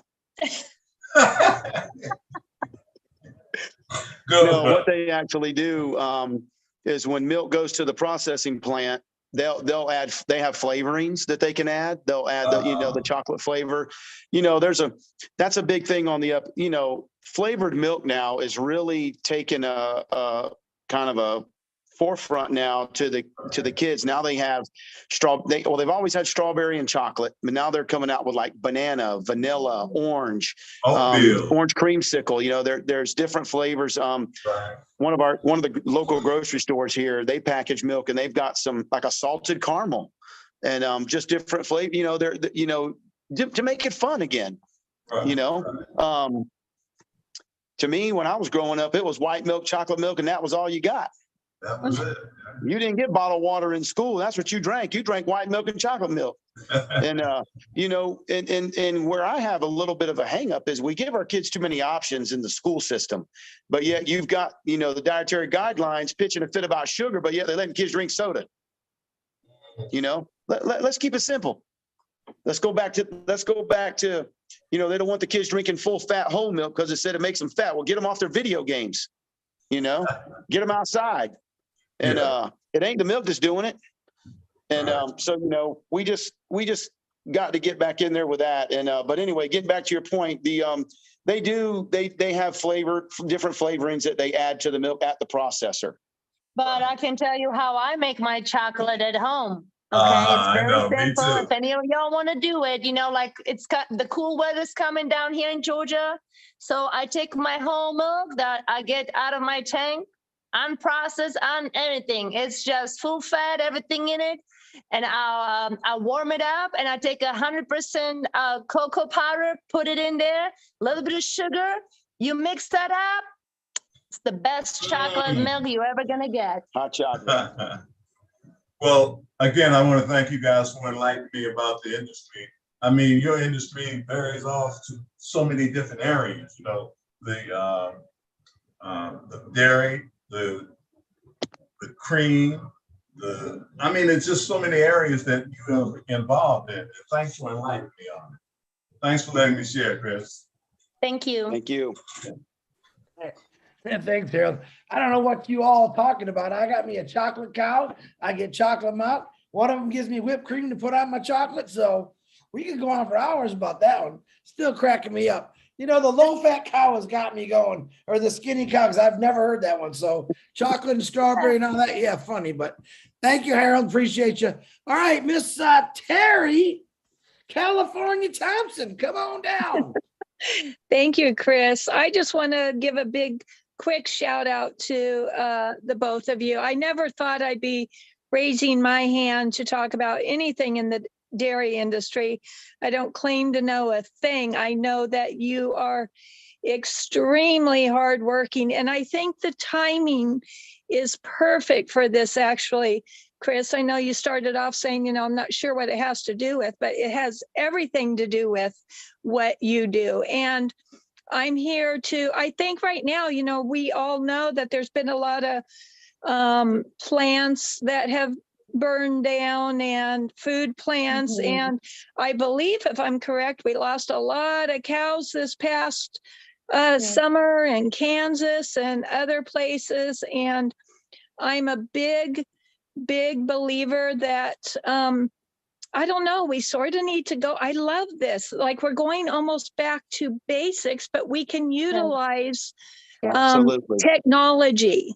Yes. To help bring those basics back. The closest I can tell you, my husband and I purchased years ago a door-to-door dairy delivery service. We did that. We did that because when I was young, I'm aging myself, but I loved when the milk was delivered to our front door in the bottle, you know, the glass bottles and the eggs. And there's a feeling, there's some kind of a feeling of there that just made you feel proud. And that's what I got from the both of you today. It brought back memories. We called that business Cows on Wheels. And we delivered it door to door just because we felt like we were bringing that to people. And I feel like that's what the both of you have done for us. Again, I don't claim to know anything, but your passion, and I kid you not, caused me to raise my hand to let you know that even if it's just donating, I am there. I am there to help the both of you. My husband and I will. And I want you to know, I truly believe ONPASSIVE is going to be the key to helping everything that you're doing for us. So I just wanted to say thank you. Thank you so much. Your passion is everything, and we can all see it. So thank you. Thank you. Thank you. And the home delivery thing too, that is another thing that could be very doable. Very doable, you know, and like you said, with, you know, milk, eggs, and bread, those three staples right there, People just love to have that service. Well, and it creates a relationship between the farmer and the consumer, and that is not an area we lost in such a big industry and big warehouses and big plants. You know, people looking for that, they yearn for that. Like, it's like they want to go back to the basics. And so, you know, we want the customers support the local farmers, because it not only give them the product, but also creates a friendship and a relationship and all that, and you know, all bundle up at once. So it's important. It's important because we're losing that in this society. We're losing that in this society. So thank you so much. Thank you. Thank you, both of you. Yes, ma'am. Terry Thompson, appreciate you. Love the hat. You know, I love the hats. Someone asked me the other day, why does she wear those hats when she's got that beautiful hair? I said, because that's her style, and it's a cool style. She's a rocker, man. She's a rocker. All right, thank you, Terry. Bruce Gerstein, come on down. Or should I call you Dave Rosleski Sr.? Go ahead, Bruce. Thank you, Chris. You didn't notice that I trimmed my beard. That must be brothers. David is longer than men. I want to first of all thank you very much, John and Jeff Pusiglio, for what you do. I look at you and I see two of God's miracles who are doing God's work every day from your heart. And that's amazing. I love your story about the guy who said, get in the car, and how much passion you had for that. And I'm thinking about many things. You have so many different angles that you're looking at. One of the things I know from you have a lot of clarity, Jeff, when you talk about the things that you're doing and the associations you're involved with. One thing about ONPASSIVE is that every one of those people, I don't care who they are, can be a reseller. And if you look at your industry used to be supplemented a lot by the government, and the government doesn't seem to be caring very much about farmers. But without food, we don't get any help, and if we don't have any help, we have nothing.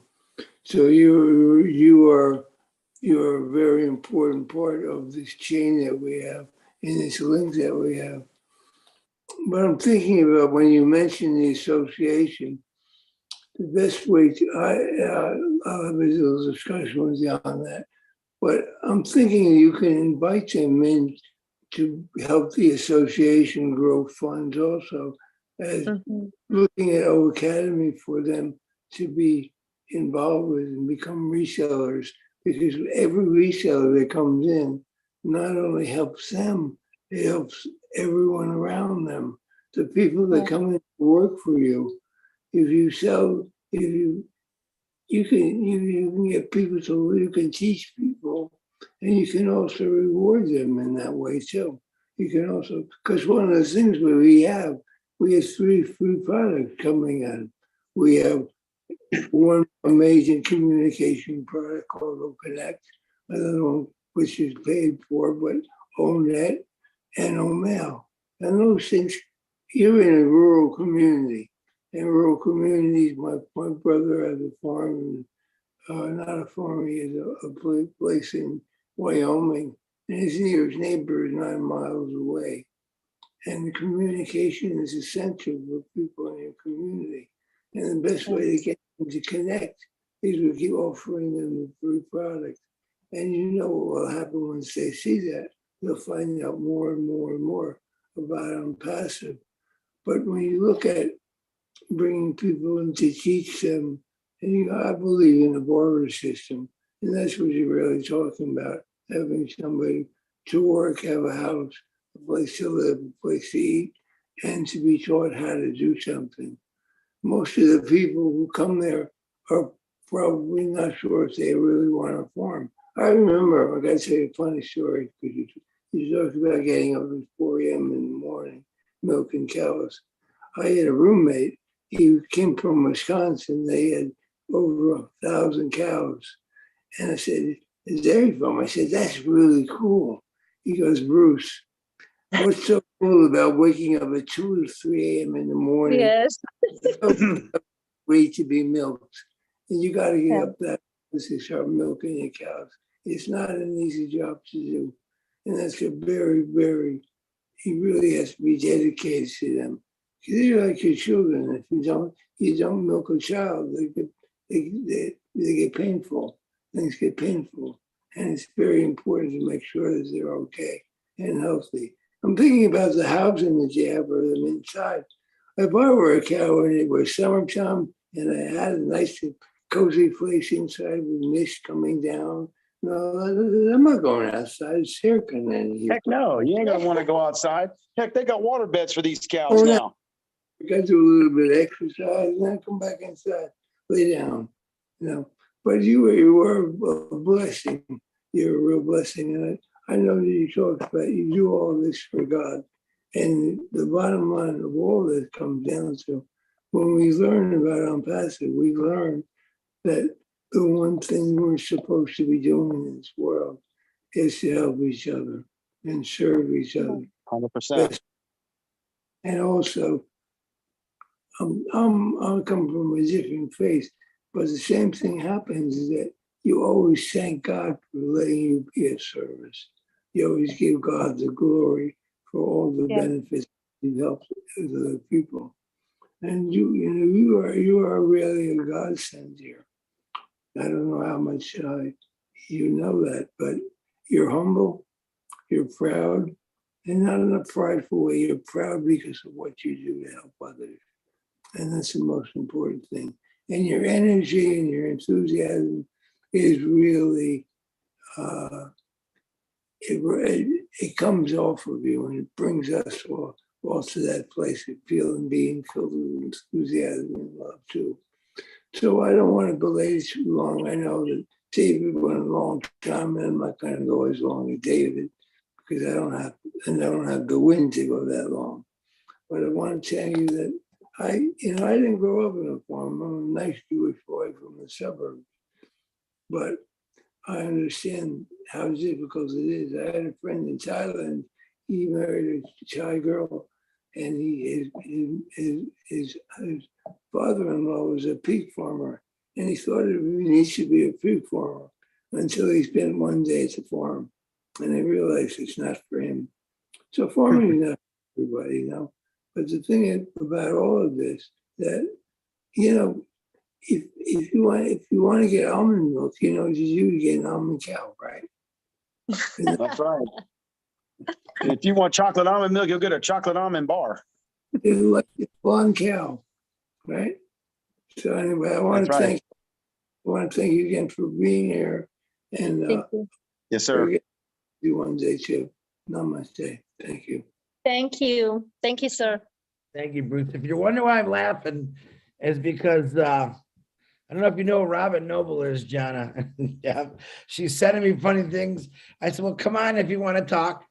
And if you know Robin, she's actually quite comical. She said, I could milk this all night. I'll stop now. And she said, nah, I think you've got this covered. I don't utterly need to speak tonight. I, little cow humor in there. So thank you, Robin Noble. When you see me laugh like that, I love it. I love it. I love it. Oh, when my you see me goodness, crack up, I David. usually got people messaging me funny stuff. So Brucey, thank you very much, my brother. I appreciate you. All right, Greg, come on, Greg. I don't think you're going to be talking about electric cars on this one, Greg. What you got, brother? I talked to, this is before the COVID, I had a number of farms doing local service and stuff, and they didn't get the idea that this business was, well, that was back like 3.5 years ago, but still, I don't know. The farmers have gone down, but I've always believed in buying things organically, and there is a few organic farms, and that we need more, well, I don't know. After a while, and I lost my drive. Well, no, I lost my car. Well, was no more, and I wanted to get an electric car, but that was later. But it's still, this problem is getting worse, and you know, this area used to be, well, a little more self-sufficient, and now we're, you know, Walmart is like an hour away, and I don't know, it's just like people don't understand food anymore. Yeah. Yeah, they don't. Yeah. They think it comes from the store. They don't realize how it gets there, or what it takes to do it. You know, and a lot of folks, you know, they get upset when they see the price of stuff, but what they don't realize is what it costs to grow it. Yeah. You know. But yeah, if you know, I want to get back to more organic things. I mean, I don't know, my state is a lot of co-ops. You know, there's things where people are buying more locally, except for, you know, things like pineapples or stuff that doesn't grow in Vermont. But I mean, regular food. And I don't know. Hopefully, when I start getting money, I'll go back there and see if I can help them out. You know, I'm pretty alone up here with my business, but I have one customer, and well, one person that came from Kokomo, Washington, but she's living in Ghana right now. But it's all good when things start happening. We're gonna get there, Greg. I'm on SSI for years because of, you know, New Hampshire, and, you know, getting busted after leaving the reggae concert. But you know, Greg, you're not allowed to tell that story, Greg. what is legal here? Oh, you're a funny guy. Greg, we're coming to all that stuff you're talking about. It just takes a little time. Electrical cars, you're going to see. Flying cars, I'm not sure either one of us will see for a while. But all that stuff, electrical, is on its way. Every manufacturer is going for green, which is better for the earth. So, and governments, believe it or not, are forcing a lot of them to do it.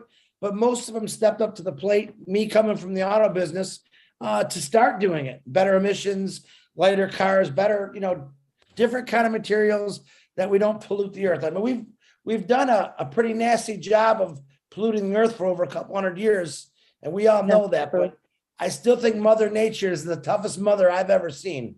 So you stay tuned, Greg. It's coming, my brother.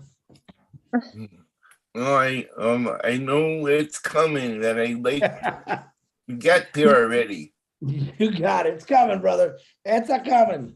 All right. Thank you, Greg. Always a pleasure, my man. Okay. Now I know this lady's been waiting a long time. Absolutely love your hair. Crazy about it, Lily. Now I'm going to ask you, are you any relation to downtown Cynthia Brown? Oh, come on. You got to unmute yourself. Spill the beans so we can move forward. I can't give no secret here. I can't reveal anything. No, I cannot reveal anything. And if you notice my last name, I can't tell you who I'm related to either. Okay. So let's keep that a secret among us right here. I do this, okay? So I want to say this is great. This is great to be here. This is wonderful to be here. Chris, you are doing a wonderful, wonderful, just heartfelt, I mean, great. I want to celebrate you first. I want to celebrate you first because you are the man right here. And I want to just celebrate everybody else who is on this platform. You have over 200 people here. And each and every one of you gets celebrated individually. But there's a couple here, and I want to celebrate them from my heart. And that's Jeff and Yana. Jeff and Yana, from my heart, there is a place of love to see couples working together. I must say, I'm a farmer's child. I grew up on the farm. I knew what it is to be on the farm. I am native of Jamaica. I came from the highest core, the highest mountain top of Jamaica. And when I hear farming, I get really, really excited and I blush. My little chocolate skin get blushy. And my heart just like melts when I hear, farmers. I love it. My parents were dedicated farmers, but we didn't have cows. We didn't have cows, but we had everything else. But I listened to Jeff and Yana, and there's something about sharing. There's something about sharing, and that's what we did as farmers. We share. So when we had the pig, and the next neighbor had the cow, and we have the chicken, and the person had the rabbit, we share, we crisscross. So there's something about sharing farming and sharing the farming. It gives such a love. You share from the heart because everybody don't have everything, right? And that is what's happening right here. What you have is what you share. And then you build an entire community. So when you have a farmer's community, it's something about God creation that comes to life. There's something about that. Now, there's something about farmers again. It gives a personal touch to what you eat. We had fruits and we had vegetables and we had all of that, but it gives a personal touch because there are days that I used to watch my mother just pack all those fresh fruits and vegetables and go off to the market. Yes. And I would watch her till the ground. Yes. But there's something about it. There's a personal touch about that. So, Jeff and Yana, what you are doing, you are giving a personal touch to our lives. You are giving us such a personal touch to the real world. The processed food is not the real world. The real world is the land. And when we are replenishing the land, this is what we need. This is how we bless the land. This is how we restore the land. This is how we lift up humanity by having farmers on something like this. So when we stand in support of farmers, we are standing in support of Ash's vision of lifting up humanity. So as we support you, dear Yana and Jeff, just know that you're not alone. You see right here, we have over 200 people right here. And we got you because we are going to taste something from your land, whether it is the skin cow milk or the almond milk, but whatever it is, we are going to taste something from your personal touch. Thank you. I celebrate both of you. I celebrate both of you for what you're doing. So as you continue to do what you're doing, remember, God gave you an assignment.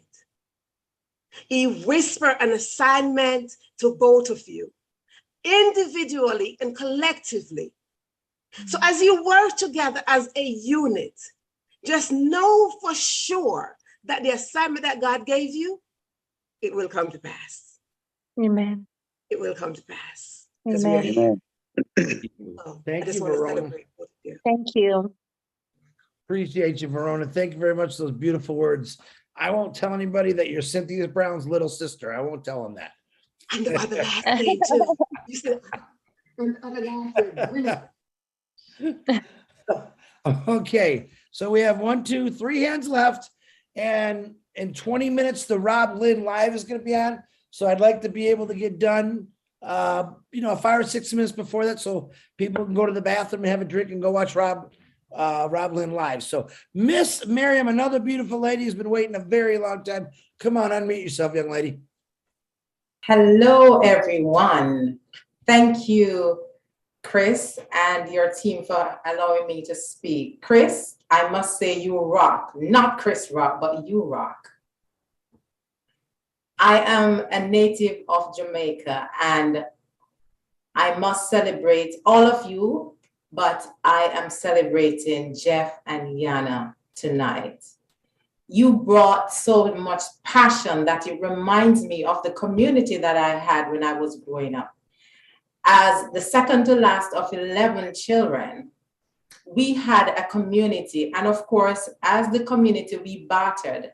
We had everything going on our land, vegetables, fruits. We had cows, we had goats, we had everything. But some communities had none of that. So we bartered the callaloo, we bartered the cabbage and all of those things. And so we form a community. It is because of the growing of crops why I went to high school, because my uncle lost his job when he was working at Denny's and Geddes. It's one of those places that they make soft drinks.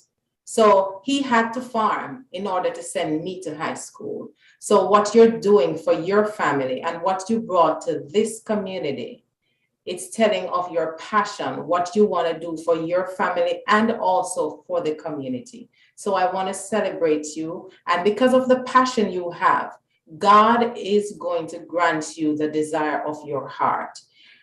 The heart of Ash is building up humanity, and that's your passion too. And all of us in this platform, in this community, we are like-minded people. So you have a great cloud of witnesses working with, and you will succeed because we're all in it with you. Thank you. Thank you, Miriam. Thank you, Miriam. Beautiful words. Hey, Miriam, I would like to see a Jamaican cow because I'd like to hear him moo with that beautiful accent you guys got. I don't know how we do it, but there's got to be Jamaican cows, right? You got cows in Jamaica. Do they have the accent? Do they say moo man? Moo. Oh, they say, yes. That's funny. Miriam, thank you for the beautiful words. I do appreciate you. All right, we got Musharraf, who's not even waiting a long time. Come on, Musab, what you have, my brother?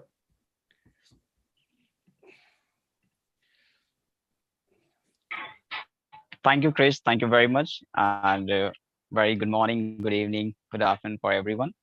And you are really, Chris, you are just now, one would say that you are rock. Definitely, you are rock. Absolutely. And as Julie is also there, thanks to Julie, his corporate, I'm really impressed that every time I'll just sing for every word. I'm just listening for everyone.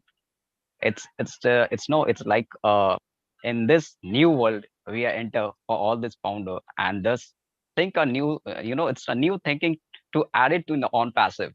So and really I'll just say thanks to Jana also, because he's also planning a very it's a like a different and very unique thing. And these are the real founder. They will if I say like a new type of is like an organization. If you say like a planning, so all the founder, they have to make a planning for that. In the future we have to create this type of as a humanity we will prepare and we will start up like that. So really it's a really a different, because no one think like that in a one company, and they will create so many sector. We will focus for that, how to build as a humanity. It's like a people to come and join us, and we will do something as a humanity. So it's not like only in a one platform. We will focus to all the areas, all that sector, how to build that as a human and as a business, as like involved in the inside the on passive, and they will uh, like better future they have to make it inside the on passive. So definitely we will say a thanks to everyone. Actually, they are planning to different platform, different. It's a knowledge they will share it. I'm really very impressed because I'm also doing a different thing. But it's really if I say like before 2021 years, I'm also doing a management from the hotel. So now I'll just change my sectors. Now I'll go to the IT field after 15 years back. So I'm just involved in that sector. But I'm really, if I say like that, it's really very interesting thing. Just now it's a topic. They will everyone they will share it to that. It's really impressed, and I'm just say, and I'm just thanks to everyone for all over the world, those who participate in this and those who are listening to YouTube also. Definitely, we are planning for all the sectors, and it's like a starting.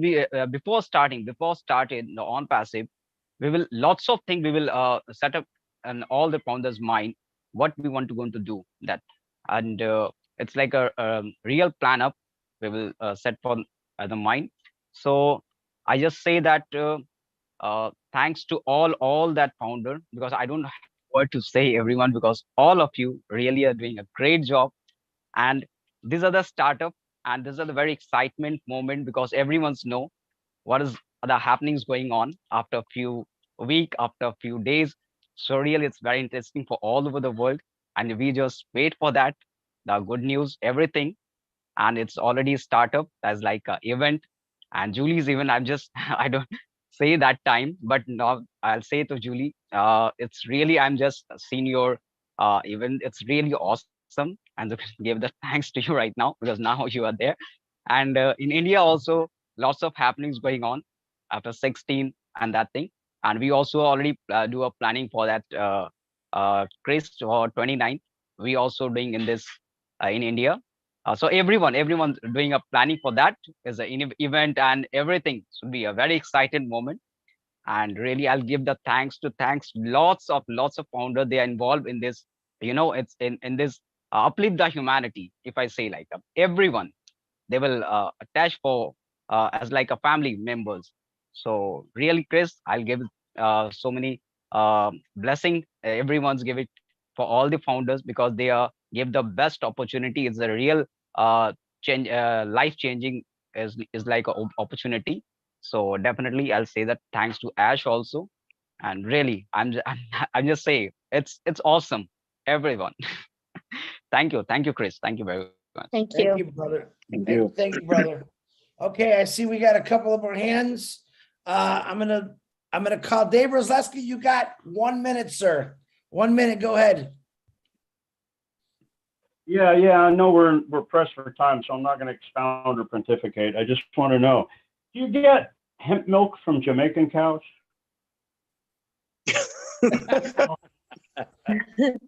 Oh gosh. That was bad, Dave. That was bad. It is legal. It is legal over there. So Jokes. Sorry. that's funny. Good Lord. All right. All the Jamaicans, that did not come from me. You could go to Dave Rosleski and get it for that, but it was kind of funny. So David, I'm going to get you. Tim Dillon, real quick. You got a minute, brother.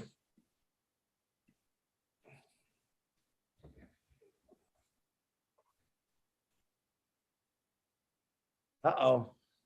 It's not unmuting there, Tim. Maybe you got your Goldilocks caught up in your mouse. There you go. I got it. Hey, Jeff and Jana, I love what you're trying to do and what you're talking about. It takes me back years. Maybe there might be a few of you that remember Farm Aid and what Willie Nelson did, raising money for farms that were being foreclosed on. Mm-hmm. I think with the Oblast platform, that it is very possible that we could set up some kind of relief fund to help those farmers that are in financial closure. Absolutely. That would certainly help avoid another Farm Aid. And Willie Nelson did a great job. But I guess it shows my age. But you know what? this has been a very wonderful webinar, and you knocked it out of the park. Unbelievable. There is so much, there are so many different avenues that we can take this to improve our own food production and our personal food production. I think it's wow. Wow. Thank you for giving me that time, Chris. Thank you, sir. Thank you. You're all great. Love you all. That was the best minute I've ever heard you talk, Tim. That was phenomenal, brother. And I mean that. That was really nice words. All righty. We got last, I think, but not least, Julie Wen. Go ahead. Unmute your mic, please. Thank you so much, Chris. Hi, Jeff and Jenna and Dave. Thanks you so much. I really appreciate you coming on here and share a bit of your life with us and what everything that you are doing. You know, the food that we take, the milk that we drink, it all goes to the farmer. See how much care they have, right? How much care they feed their animals and how they plant it. So I'm so grateful that you are here and you literally share a bit of your life here with us, because Chris know that you know, I make my own almond milk, oat milk, coconut milk at home, and it tastes so much different, right, than the store-bought one. And I talked to Chris about this too, is that, you know, there are stuff that we bought at the store with so much preservative and so much stuff that we don't even know the words in it. So we need farmers around. It doesn't matter where, doesn't matter what area, we need farmers around. And based on what I read, farmers do produce food that actually can feed 10 billion people around the world. But how come there are so many people are hungry around the world? It's because of the limitations in terms of, for example, equipment to store food or equipment to store food that feeds the animal, or all of that. So I'm just so appreciative of what both of you are speaking out about the hardships that you're facing with. Not only that, but the kind of work that is behind the scenes that can give us the nutrition, the food that we receive every day. Unfortunately, there are so many companies out there that monetizing the hard work from the farmers. You know, so it's so important that that we love the fact that you're coming on here and you literally share. You know, this is the kind of work that we do, the passion that we are doing every single day. You know, you really touch on the subject where we all really need to watch what we're putting into our body, right? You really did that. And so I have chills in my body, and I can't believe, and not that I can't believe, I can't wait for all of us to literally focusing on what we are putting in our body by supporting the farmers, by educating ourselves of the process that is done behind the scene, because none of us would know. And especially children nowadays. I mean, send them to school and you don't know what they're feeding our children at school. Is that right? Yeah, that's correct. That's one of the reasons why, you know, I do my very best, waking up every morning, cooking one lunch, one meal for my daughter. And I think it's this is a wake-up call for a lot of us. I believe that if you see that there is, you know, local farmers that offering, you know, support them. And I just, like I said, I'm truly appreciate you, and watching both of you are doing this together, and your relationship, you know, like husband and wife working business together and going out there and passionate sharing your passion with others. I think it's just amazing. Kudos to you. and appreciate you. And I think you continue to speak your passion and continue to share it there. I would love to connect with you through Chris. I would love to support you. And yes, it's true. I believe that you should continue to do what you're doing. The apples are coming, the funds are coming. Just let your passions keep rising and keep doing that. So thank you so much, and I appreciate. Thank you, Julie. Thank you. Thank you. Thank you. Yes, ma'am. All right, Julie, thank you. And of course, we got another hand up, another powerful sister.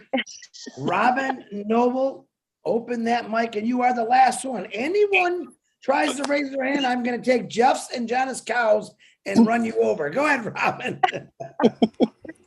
Thanks, Chris. No. Jeff, Yana, what an absolutely amazing evening with you this evening. I have to say this, and I'm sorry I'm doing this for me, and then I'll move on to what I really, really want to say. But you have moved all of us to such extent and to such new, in some cases, very new dimensions of understanding of what farmers go through and the trial and tribulations, as much as the love you have for your animals, as much as the love you have for your land. Our mum, who passed away recently, was from South Africa, and she came from farm folk. They had a very large farm in South Africa, East London. It was a dairy farm. It was pigs and chickens. They all had names. They loved them dearly, but they were also their livelihood and what fed a family of 13 plus children and grandchildren. The table and the matriarch of that family knew the value and importance of the animals, how to look after them, how to take care of them, to care for the land, and to give back to everybody who participated in that. And so the examples of what you were talking about this evening and what other people have been joining in with you to say they want to partner with you and help you further what your own ideals and ideas are phenomenal.